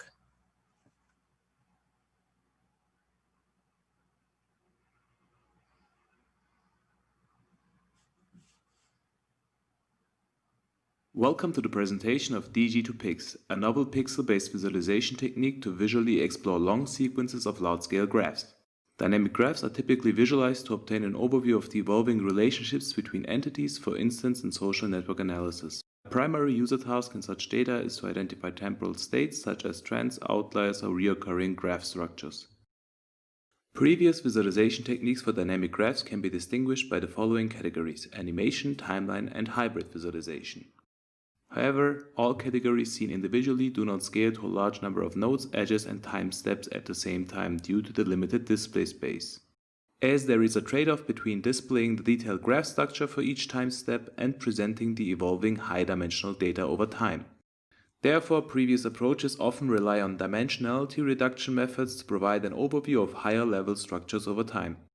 However, such methods frequently fail to capture structural changes as the methods heavily depend on the design feature vector, for example a particular graph metric, and the temporal analysis scale. In contrast to previous work, we utilize unsupervised learning methods to automatically learn and embed graph structures in low-dimensional space without requiring any feature engineering. We also utilize an overlap and clutter-free pixel-based visualization technique to utilize the whole display space. Therefore, our approach scales to large amounts of dynamic graph data and also allows to explore the evolving data at multiple temporal aggregation levels. In this work, we propose DG2Pix, Dynamic Graph to Pixel-Based Visualization. The approach consists of 3 adjustable steps. First, we recursively aggregate the temporal dimensions of the dynamic graph at different temporal scales into supergraphs. A supergraph is a unification of all nodes and edges of a period into a static graph. The result is a temporal multiscale modeling which consists of uniformly discretized time slices at various temporal scales. For example, we have one supergraph for the whole dynamic graph at the highest level of temporal aggregation. In summary, the first step essentially recursively coarsens the dynamic graph into supergraphs, which are later used to perform on-balance drill-down and roll-up operations. In the second step, we apply dimensionality reduction methods to all generated snapshots to learn the similarities between graphs and reduce the high-dimensional data to low-dimensional vectors. We apply graph embeddings as they are scalable to large dynamic graphs, outperform state-of-the-art methods in the field of unsupervised learning, they do not require any feature engineering, and they are small enough to fit into main memory. In the third step, we visually encode the embeddings into dense pixel-based visualizations to provide an overview of the temporal dimension and reveal similar graph structures over time. Each graph embedding is displayed as linearized pixel bars that are basically grid-based columns in which each rectangle is a feature of the embedded vector. We sequentially order and display each graph embedding as such a pixel bar, creating a dense pixel-based visualization. The approach's main idea is to learn and display low-dimensional embeddings of graphs that capture the similarity between graphs in the latent space. However, the interpretation of such embeddings in the latent space remains challenging, which poses the question of how to read and interpret the pixel-based visualization. For example, the specific meaning of a dimension value of 0.3 of an embedding with 128 dimensions remains unanswered, which makes it currently impossible to map the particular dimensions to topological features of the graph. The main reasons for the interpretation challenges arise from the stochastic algorithms which utilize non-transparent neural networks with different hyperparameters. So how can we now interpret the dense pixel-based visualization? The graph embeddings can only be interpreted in relation to other embeddings by investigating the pairwise similarity between the embeddings. We can basically use the embeddings to highlight changes in temporal states in a dynamic graph, even though we cannot interpret the particular dimensions values. For example, if 2 successive embeddings are different, then the 2 embedded graphs are to some extent dissimilar. And also vice versa, if 2 subsequent graph embeddings are to some extent similar to each other, then the original graphs are also similar to one another. Consequently, the visual analysis of changes in temporal states can be mapped to distinguishing similar pixel bars in the DG2Pix visualization. However, the cognitive efforts to compare multiple pixel bars is high, since the user has to simultaneously relate numerous dimensions of different embeddings. For example, it is difficult to identify groups of similar states due to the sheer amount of visualized data. Therefore, we propose to use automatic methods to sort and cluster similar rows and columns in the pixel-based visualization to support the identification of similar pixel bars. Identifying an optimal ordering for the pixel-based visualization is known to be NP-hard, since the issue can be mapped to the problem of linearization of rows and columns in matrices. Nevertheless, we provide global reordering strategies for the dimensions of the embeddings and the temporal dimension. Overall, using such reordering strategies for both axes can help to understand how the ordering influences the visual patterns and help users to group and rank similar temporal states to explore the latent space in more detail. In the following, we will introduce the implemented prototype and its main components.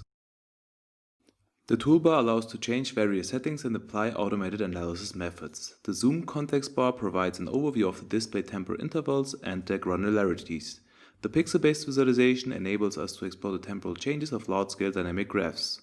Multiple pixel bars can also be selected to display their underlying supergraphs at loading diagrams. The graph view highlights the intersection and disjoint nodes and edges for the selected pixel bars. The main goal of this comparison using the set operation is to investigate the changes in the temporal graph. Next, we will display a synthetic dynamic graph embedded with graph2vec to explain how temporal granularities can be changed. Through rollup aggregation, pixel bars can be aggregated into coarse temporal scale to abstract and reduce the number of displayed pixel bars. The zoom context bar is always ordered by time and enables us to relate pixel bars to their overall temporal granularity.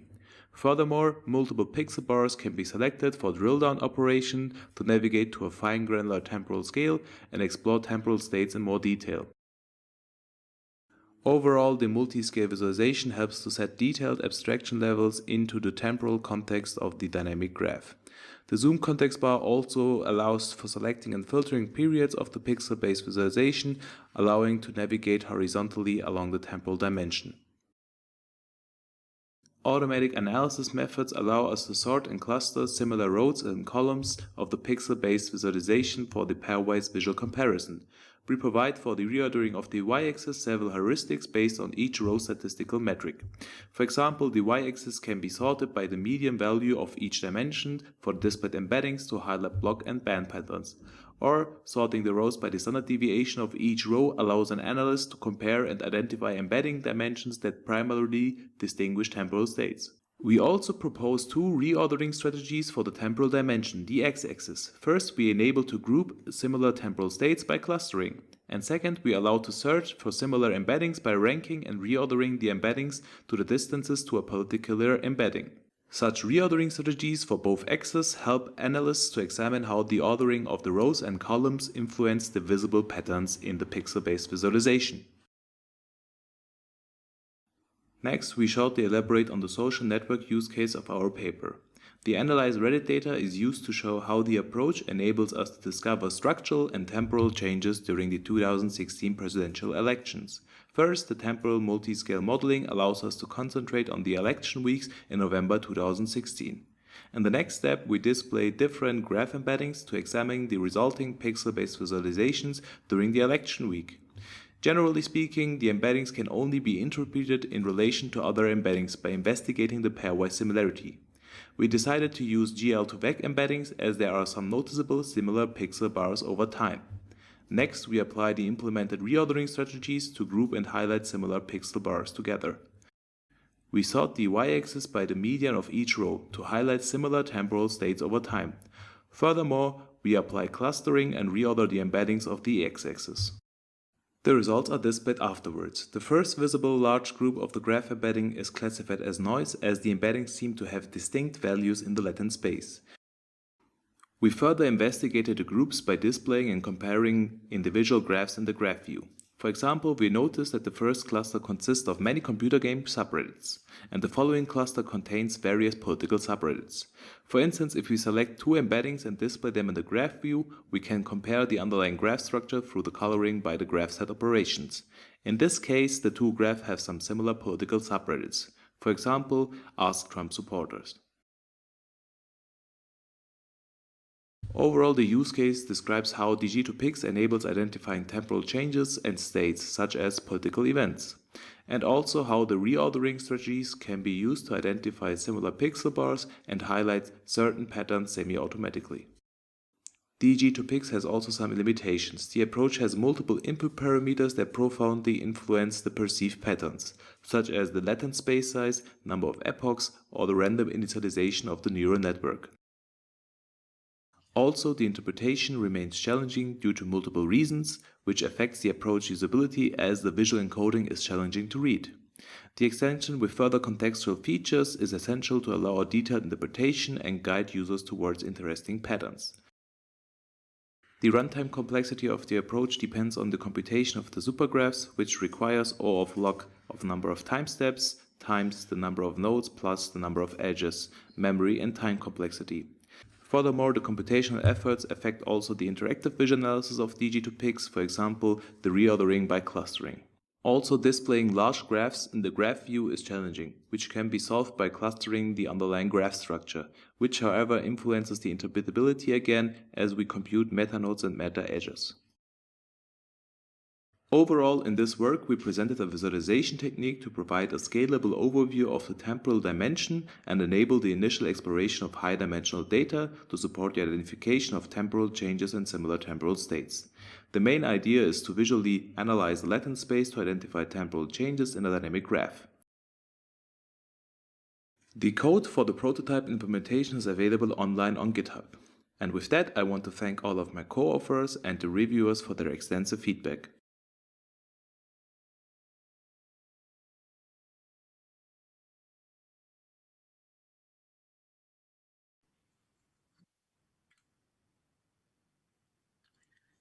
Thank you very much for that exciting technique, Erin.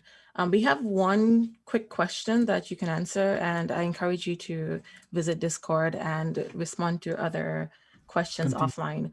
But there's one clarification question, and the question from Jan, and the question is time split equally into chunks, or is it consecutive? In this case, we split it equally, but like at different scales. So to have it like also in a multi-scale structure. So for instance, you can have the analysis scale hourly based, daily based, weekly based, and monthly based. Yeah, thank you so much. Sorry we don't have a lot of time for lots of questions, but I encourage you again to continue this chat on Discord, and I imagine that Erin would be willing to communicate with you offline. Thanks again, Erin, and we're going to now move on to the next talk in the session. It's entitled ContiMap, Continuous Heat Map for Large Time Series Data, and this will be presented by Vong Pham.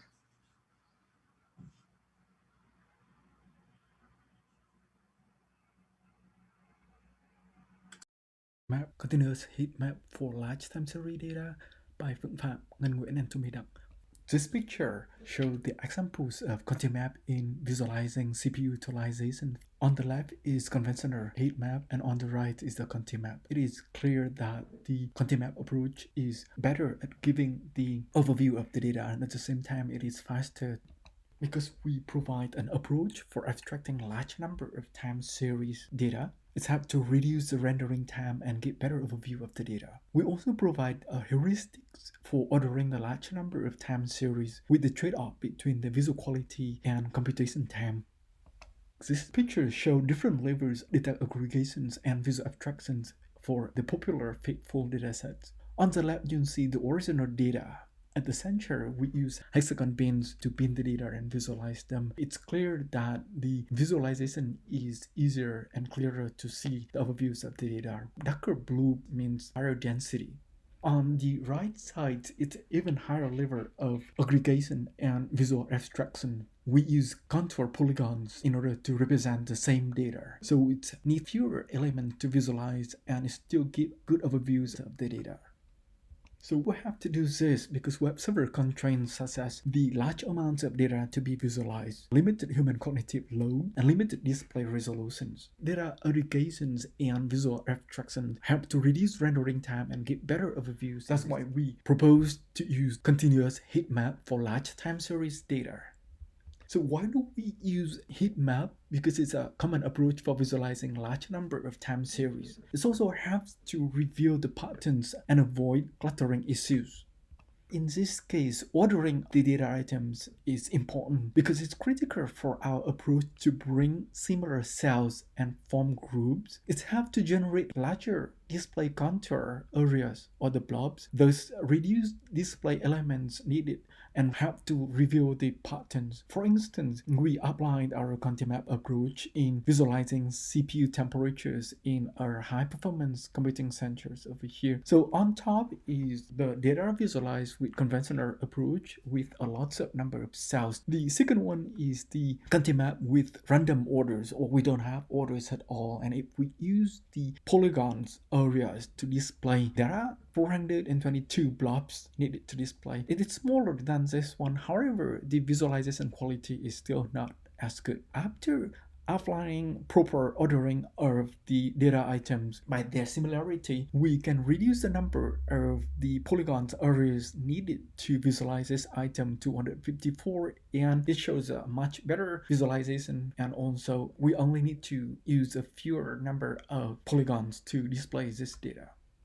Therefore, ordering is important. However, ordering has the constraints that we only could order the vertical directions. The reason is the horizontal direction is constrained by the time. As orders of the items is important, but ordering items to find the best one is an NP-hard problem. Therefore, we offer a heuristic to reduce the complexity.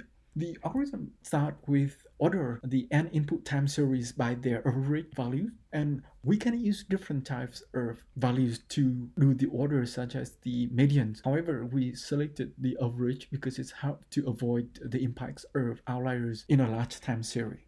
The second step is for every entry I, we consider k of its neighbors only, because we assume that the average order helps already to bring similar items relatively close to one another. So we don't have to consider all the other cases, but only k of its neighbors. It's helped to reduce the ordering suspects to k nearest neighbors only. Then for every entry ei, we find dissimilarity to its k neighbors using Euclidean distance in this case, but in other cases we can consider other kind of distance metrics like dynamic time warping.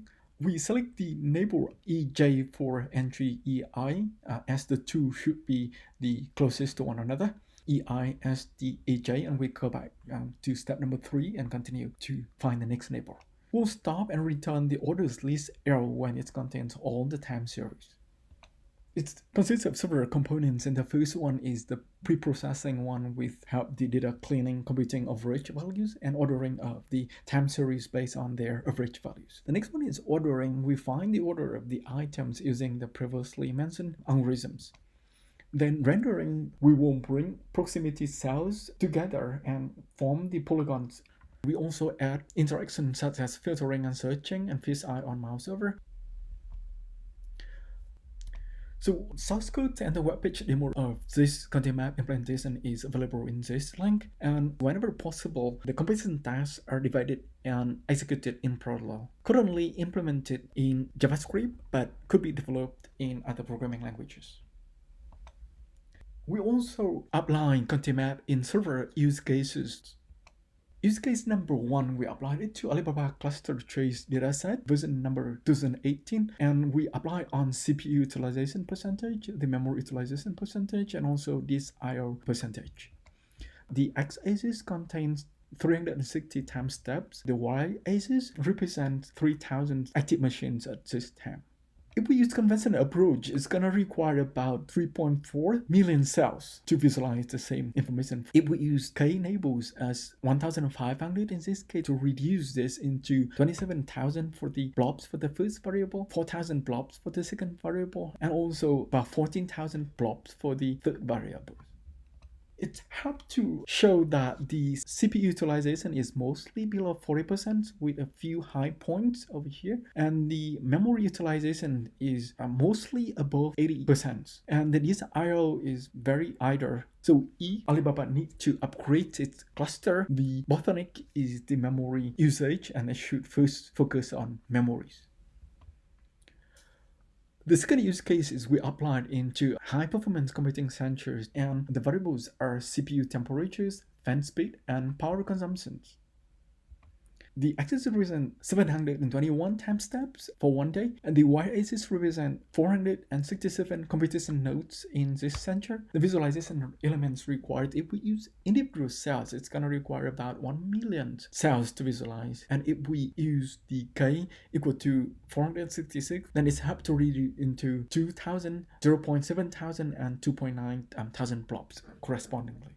And this one, it's useful to reveal critical events in this one with large amount of data. For instance, we have the chill water incidents that we're going to be explaining. So this one helps to highlight the events at one something. The temperatures of the computation nodes start to increase, and at about 2, the water temperatures begin to rise, and at about 15 to 4, this cluster is thrust, and at 4 they need to shut down the whole centers for a few hours, then they're gonna start again. So this one helps to monitor and indicates critical events and when it happens and why. We also apply into gene expression data.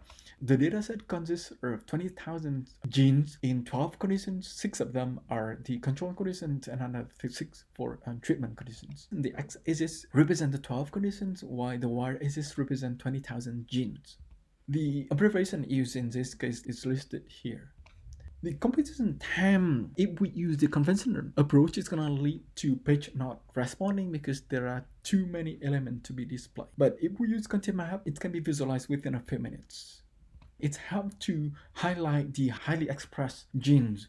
Specifically, there are 175 upregulated genes, and this visualization, again, the x-axis contains the 12 conditions, while the y-axis contains the highly expressed genes. The color ranging from low to high, as green to red. Then the observation is it's useful to highlight the highly expressed genes because you can see the large area of red over here, which means they are upregulated. We also applied our content map into solar flare prediction case. Specifically, we applied to the fold one of this dataset with 76,000 of objects, and each object contained one varied time series for 25 variables. And the task is to make the predictions of whether there is a flare event or not. The x-axis represents 60 time steps, and the y-axis represents 1,000 randomly sampled subjects.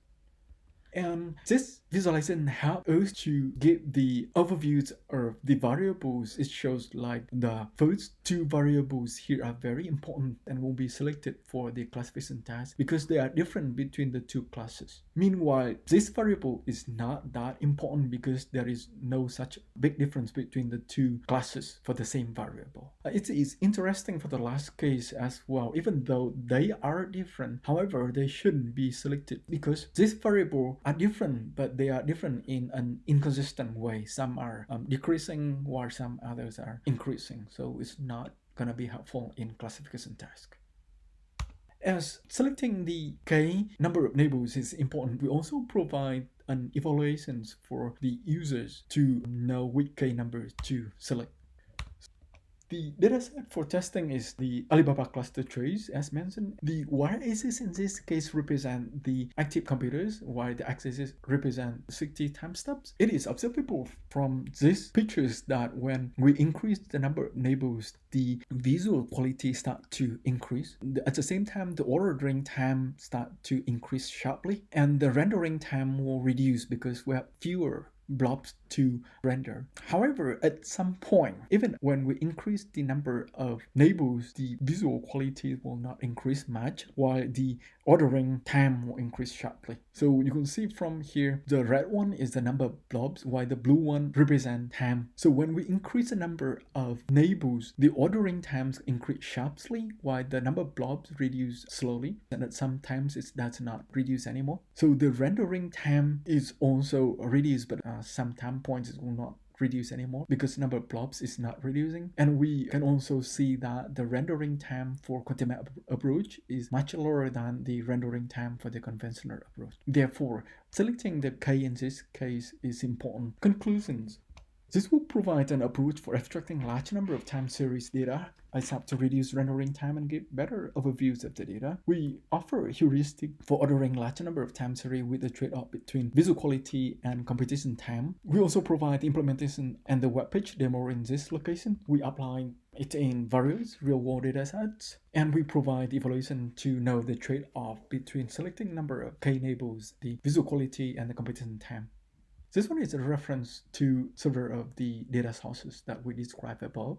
Thank you very much, and if you have any questions, you can address now or you can contact us. Thank you.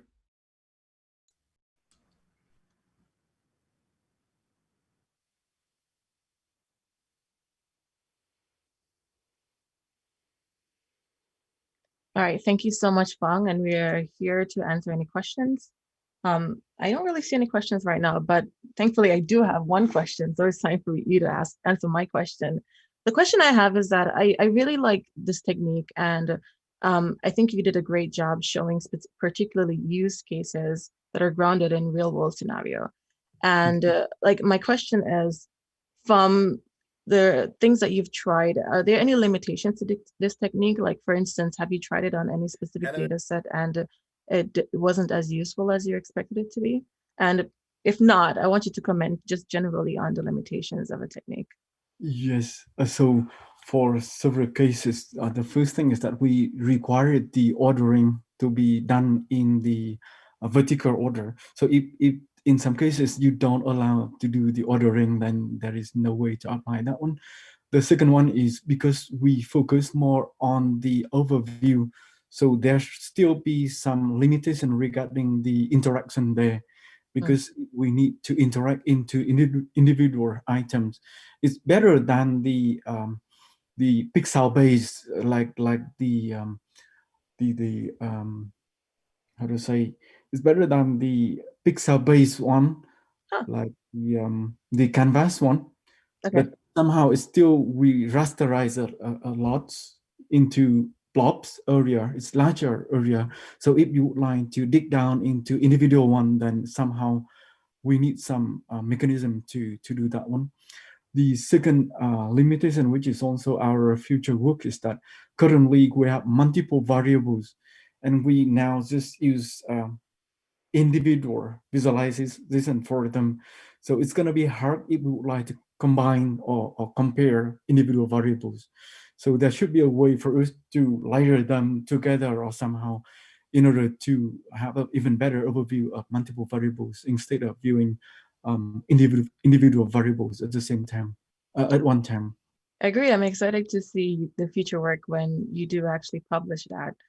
There are other questions in Discord, so hopefully you'll have time to go there and respond to them offline. But thank you again for this interesting contribution. Thank you everyone. Okay, so now we're going to transition to our final talk in this session and our final talk for the entire symposium. And it's going to be on visualizing and analyzing disputed areas in Stalker. And this will be presented by Jules Allegre.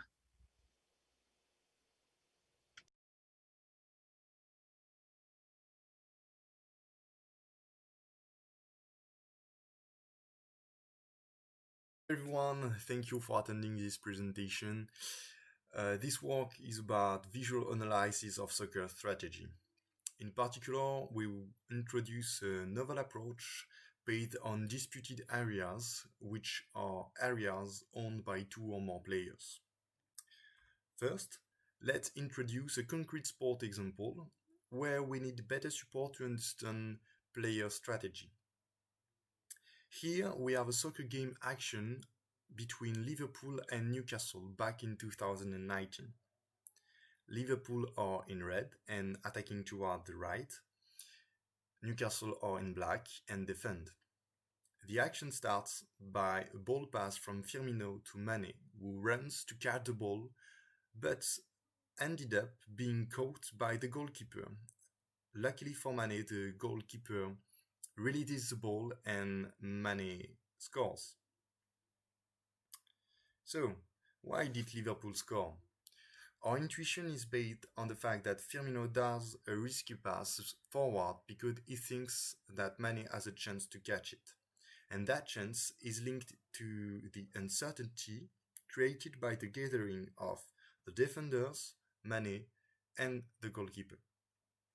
Our approach is to quantify and characterize uncertain areas on a soccer pitch using space and time model.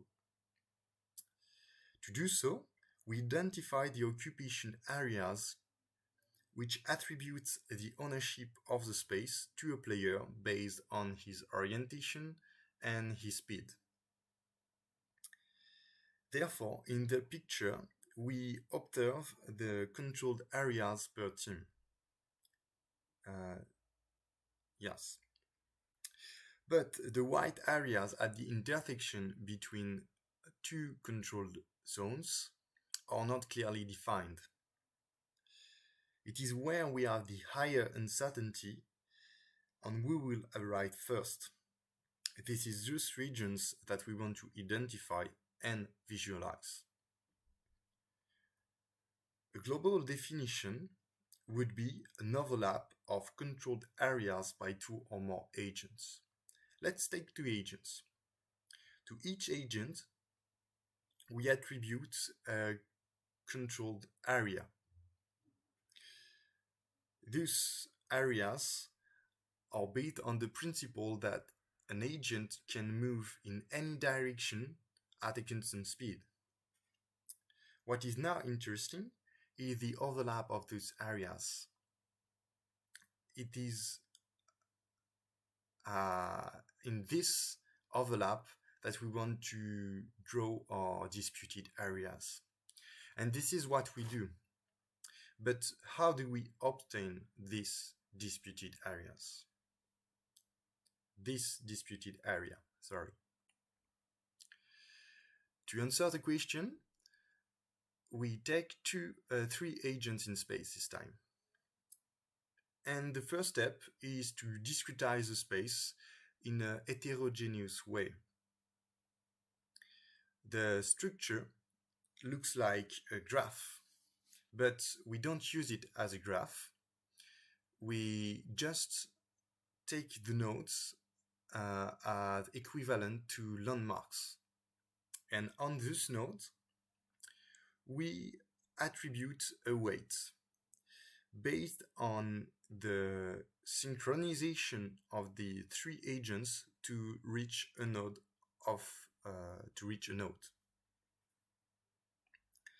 The blue dots represent the synchronization of the agents, while the red ones a desynchronization. By extrapolating the value between each node, we can obtain this color map. It is more readable. We assume that the disputed areas are where the agents arrive at the same time because it is where we will have the higher uncertainty. So, the next step is to define a threshold parameter based on the weight of all nodes. It allows us to draw discrete regions. For instance, we draw the zones for the relation between agents 0, 1, and 2. We do the same for agent 0 and 1, and so on and so forth for agents 0 and 2 and agents 1 and 2. So, we obtain this plot, which is hard to understand, and we cannot identify which zone corresponds to each relation, so we add textures and colors. Since the background does not provide additional information, we removed it, and we obtain our primary areas, which look close to what we expect of disputed areas, but some parts seems too away to be interesting, so we removed it. And there we obtain disputed areas for each relations available for three agents in interaction. But we still could find other filters to improve our model, such as this one. We filter the influence areas close to the agents. Those influence areas are zones with the shape of a camembert, as we said it in French, and taking into account the speed and the orientation of each agent. This means that an influence area is clearly possessed by its corresponding agent, and that drawing a disputed area in it is not relevant. Other filters can be added, but we prefer move on to an application case. Also, the disputed area creating process is more detailed in the article and by following the link to an observable notebook.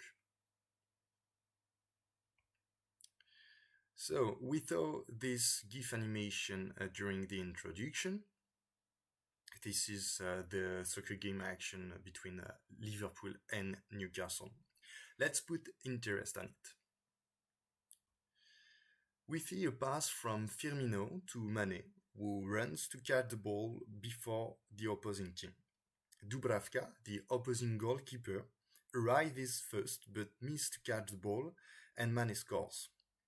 We choose this model because it seems obvious that we will have a disputed area during the run of Manet and Dubrovka between them. This is shown by the red circle on the second picture. This case is studied to validate our model. So, we compute the model on the corresponding data and we obtain the followed animation. The interesting part of it is the big red area between the player 1, which is Manet, and the player 21, which is who is Dubrovka. The result is what we expected. It shows us where disputed will occur between the players. Now we freeze the animation during when Firmino passes the ball forward. We see the ball trajectory we see the ball trajectory represented by the gray dotted line, and the other gray dotted line is the player 1 trajectory. And we see their intersection behind the disputed area, which means that it would be the player 21 who will catch the ball. Unfortunately for him, he missed the catch ball, and so Manet scored. We could question the choice of Firmino to pass forward and not to player 3. It seems that the situation is riskier forward because there are more defenders, while to the wing there is only the player 6. We think that pass forward in the disputed area increases the chance of Manet to catch the ball because the uncertainty is high, and this is why Firmino chose this option. Also, we could remark that our model predicts zones and that we anticipate where the dispute might occur. Our work was presented to 2 soccer experts who gave us perspectives to improve our model. The first subject was to improve our visual design by simplifying the complex form of our disputed area by approximate them by ellipses. We see it on the first figure. Other suggestions was to add other models to better understand the meaning of disputed area. We did so by coupling our disputed areas with the off-ball scoring opportunity models, which indicates the probability to score. On the second picture, this probability is represented by the red color gradient. Then we overlap the 2 models, and we see that our disputed area is at the same position than the higher probability to score, which confirms us that our model can be interpreted as the targeted area to score. Other perspectives could be to characterize areas changes over time and connection to events. One manner to study it be through the third plot, where we observe the variation of the disputed areas during the action. It provides us the relative variation of each area, the timeline, and the ball possession. You can learn more about these perspectives and improvement in the related paper. Finally, the application of our model are multiple. We could use them to understand the agent's decision-making process related to events and predict it in real time, or we can generate maps of zones of uncertainty which can lead to an assist or shot. We could also increase our datasets to make statistics and identify any pattern or strategy based on disputed areas.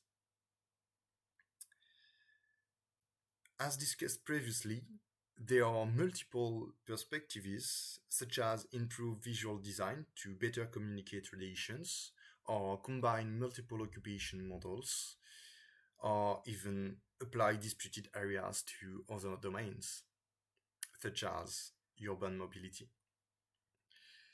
Thank you for your attention. I hope you enjoyed the presentation.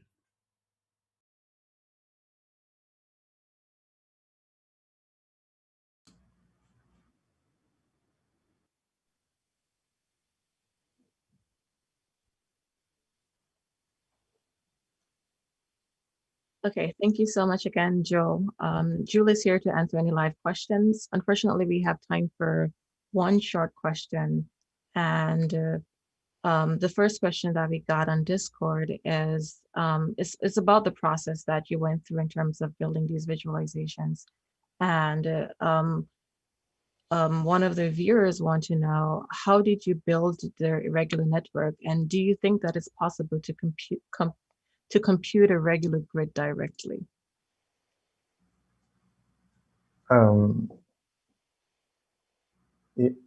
Yes, it's totally available to make a regular grid, but I made a random distribution, a Poisson random distribution of the nodes, because it seems more readable for me to have a zone with no sharp edges and no pixelization effect. So yes, I think it doesn't matter if we take a regular grid, but I just chose to make a random distribution for these reasons. Thank you. And thanks again for your great talk. I really like this really neat application. And it was just really fun to see like a soccer, a paper about a soccer match in VDS. I also like that in the paper itself, you mentioned that there are other applications, and I encourage everyone to go and read the paper.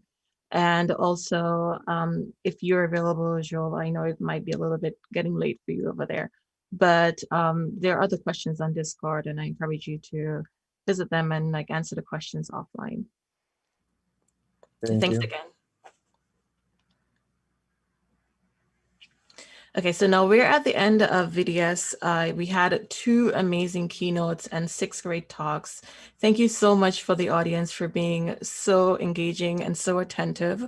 I want to take this time to just thank everyone who contributed to VDS.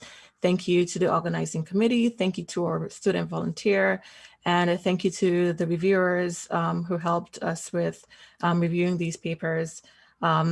Overall, it's just been a great couple of hours, and I guess enjoy the rest of Viz and see you all next year. Thanks.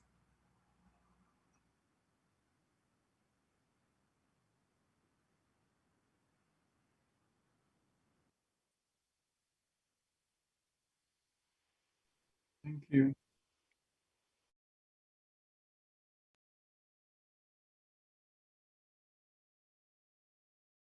We propose an interactive ensemble analysis framework that provides flexible interactive exploration of the ensemble data. Time series characteristics of data can be obtained by fast browsing time steps. The region stability heat map view shows the stability of the selected region and provides region adjustment by directly clicking.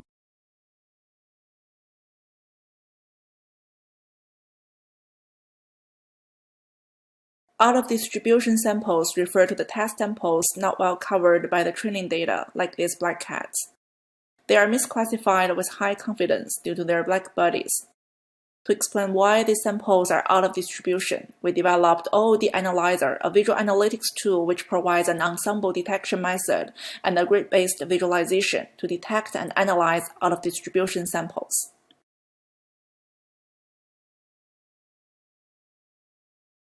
We present NL4DV, a toolkit that helps prototype natural language interfaces for data visualizations. NL4DV provides a high-level Python API for interpreting natural language queries. The API automates the core tasks of processing natural language queries to infer relevant information and determine appropriate visualizations, allowing visualization developers to focus more on designing and implementing the user interface.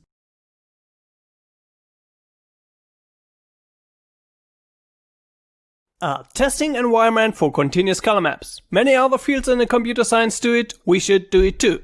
With our work, we introduce the approach of using test functions as a standard evaluation method. We present a test suite for continuous color maps implemented in the CCC tool. Adapt the task to your requirements at the interactive testing section and observe them at the testing evaluation section. Tableau helps you see the stories in your data.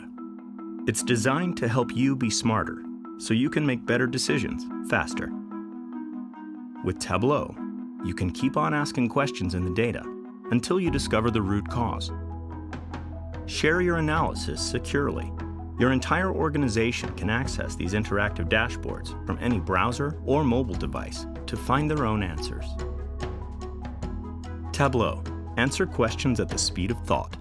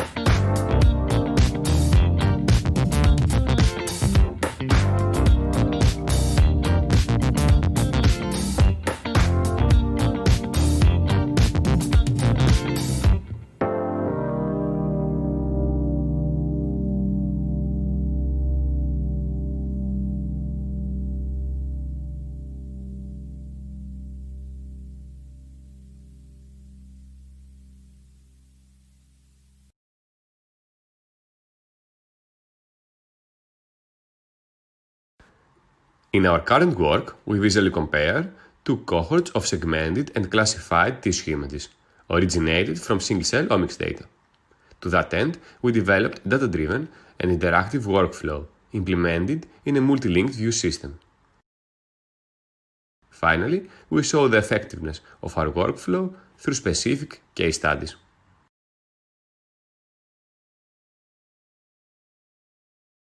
Several recent studies advocated the use of non-parametric density models for the improved characterization of data uncertainty. The non-parametric models, however, present the challenges such as increased memory and computational requirements. In this work, we propose an efficient non-parametric framework for volume rendering in the context of uncertain data and show their effectiveness in classifications via comparisons with the other statistical models. Tableau helps you see the stories in your data. It's designed to help you be smarter, so you can make better decisions faster. Connect to the data you care about. Sort, highlight, drill down, or filter your data in seconds. Add calculations to extend your data. With Tableau, you can keep on asking questions in the data until you discover the root cause. Tableau. Answer questions at the speed of thought.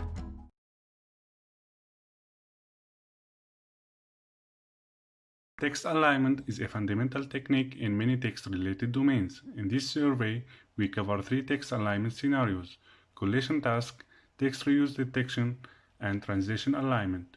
On the basis of those scenarios, we reviewed the existing text alignment visualization approaches and discussed their advantages and drawbacks. We finally derived design implications and shed light on related future challenges.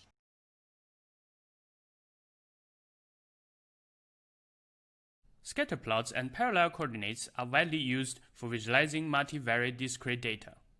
However, for multivariate continuous data, the continuous scatter plots and continuous parallel coordinates are more suitable. In this work, we extend them to uncertain data. Additionally, we also extend fibers to uncertain data. If you are interested, come to our presentation.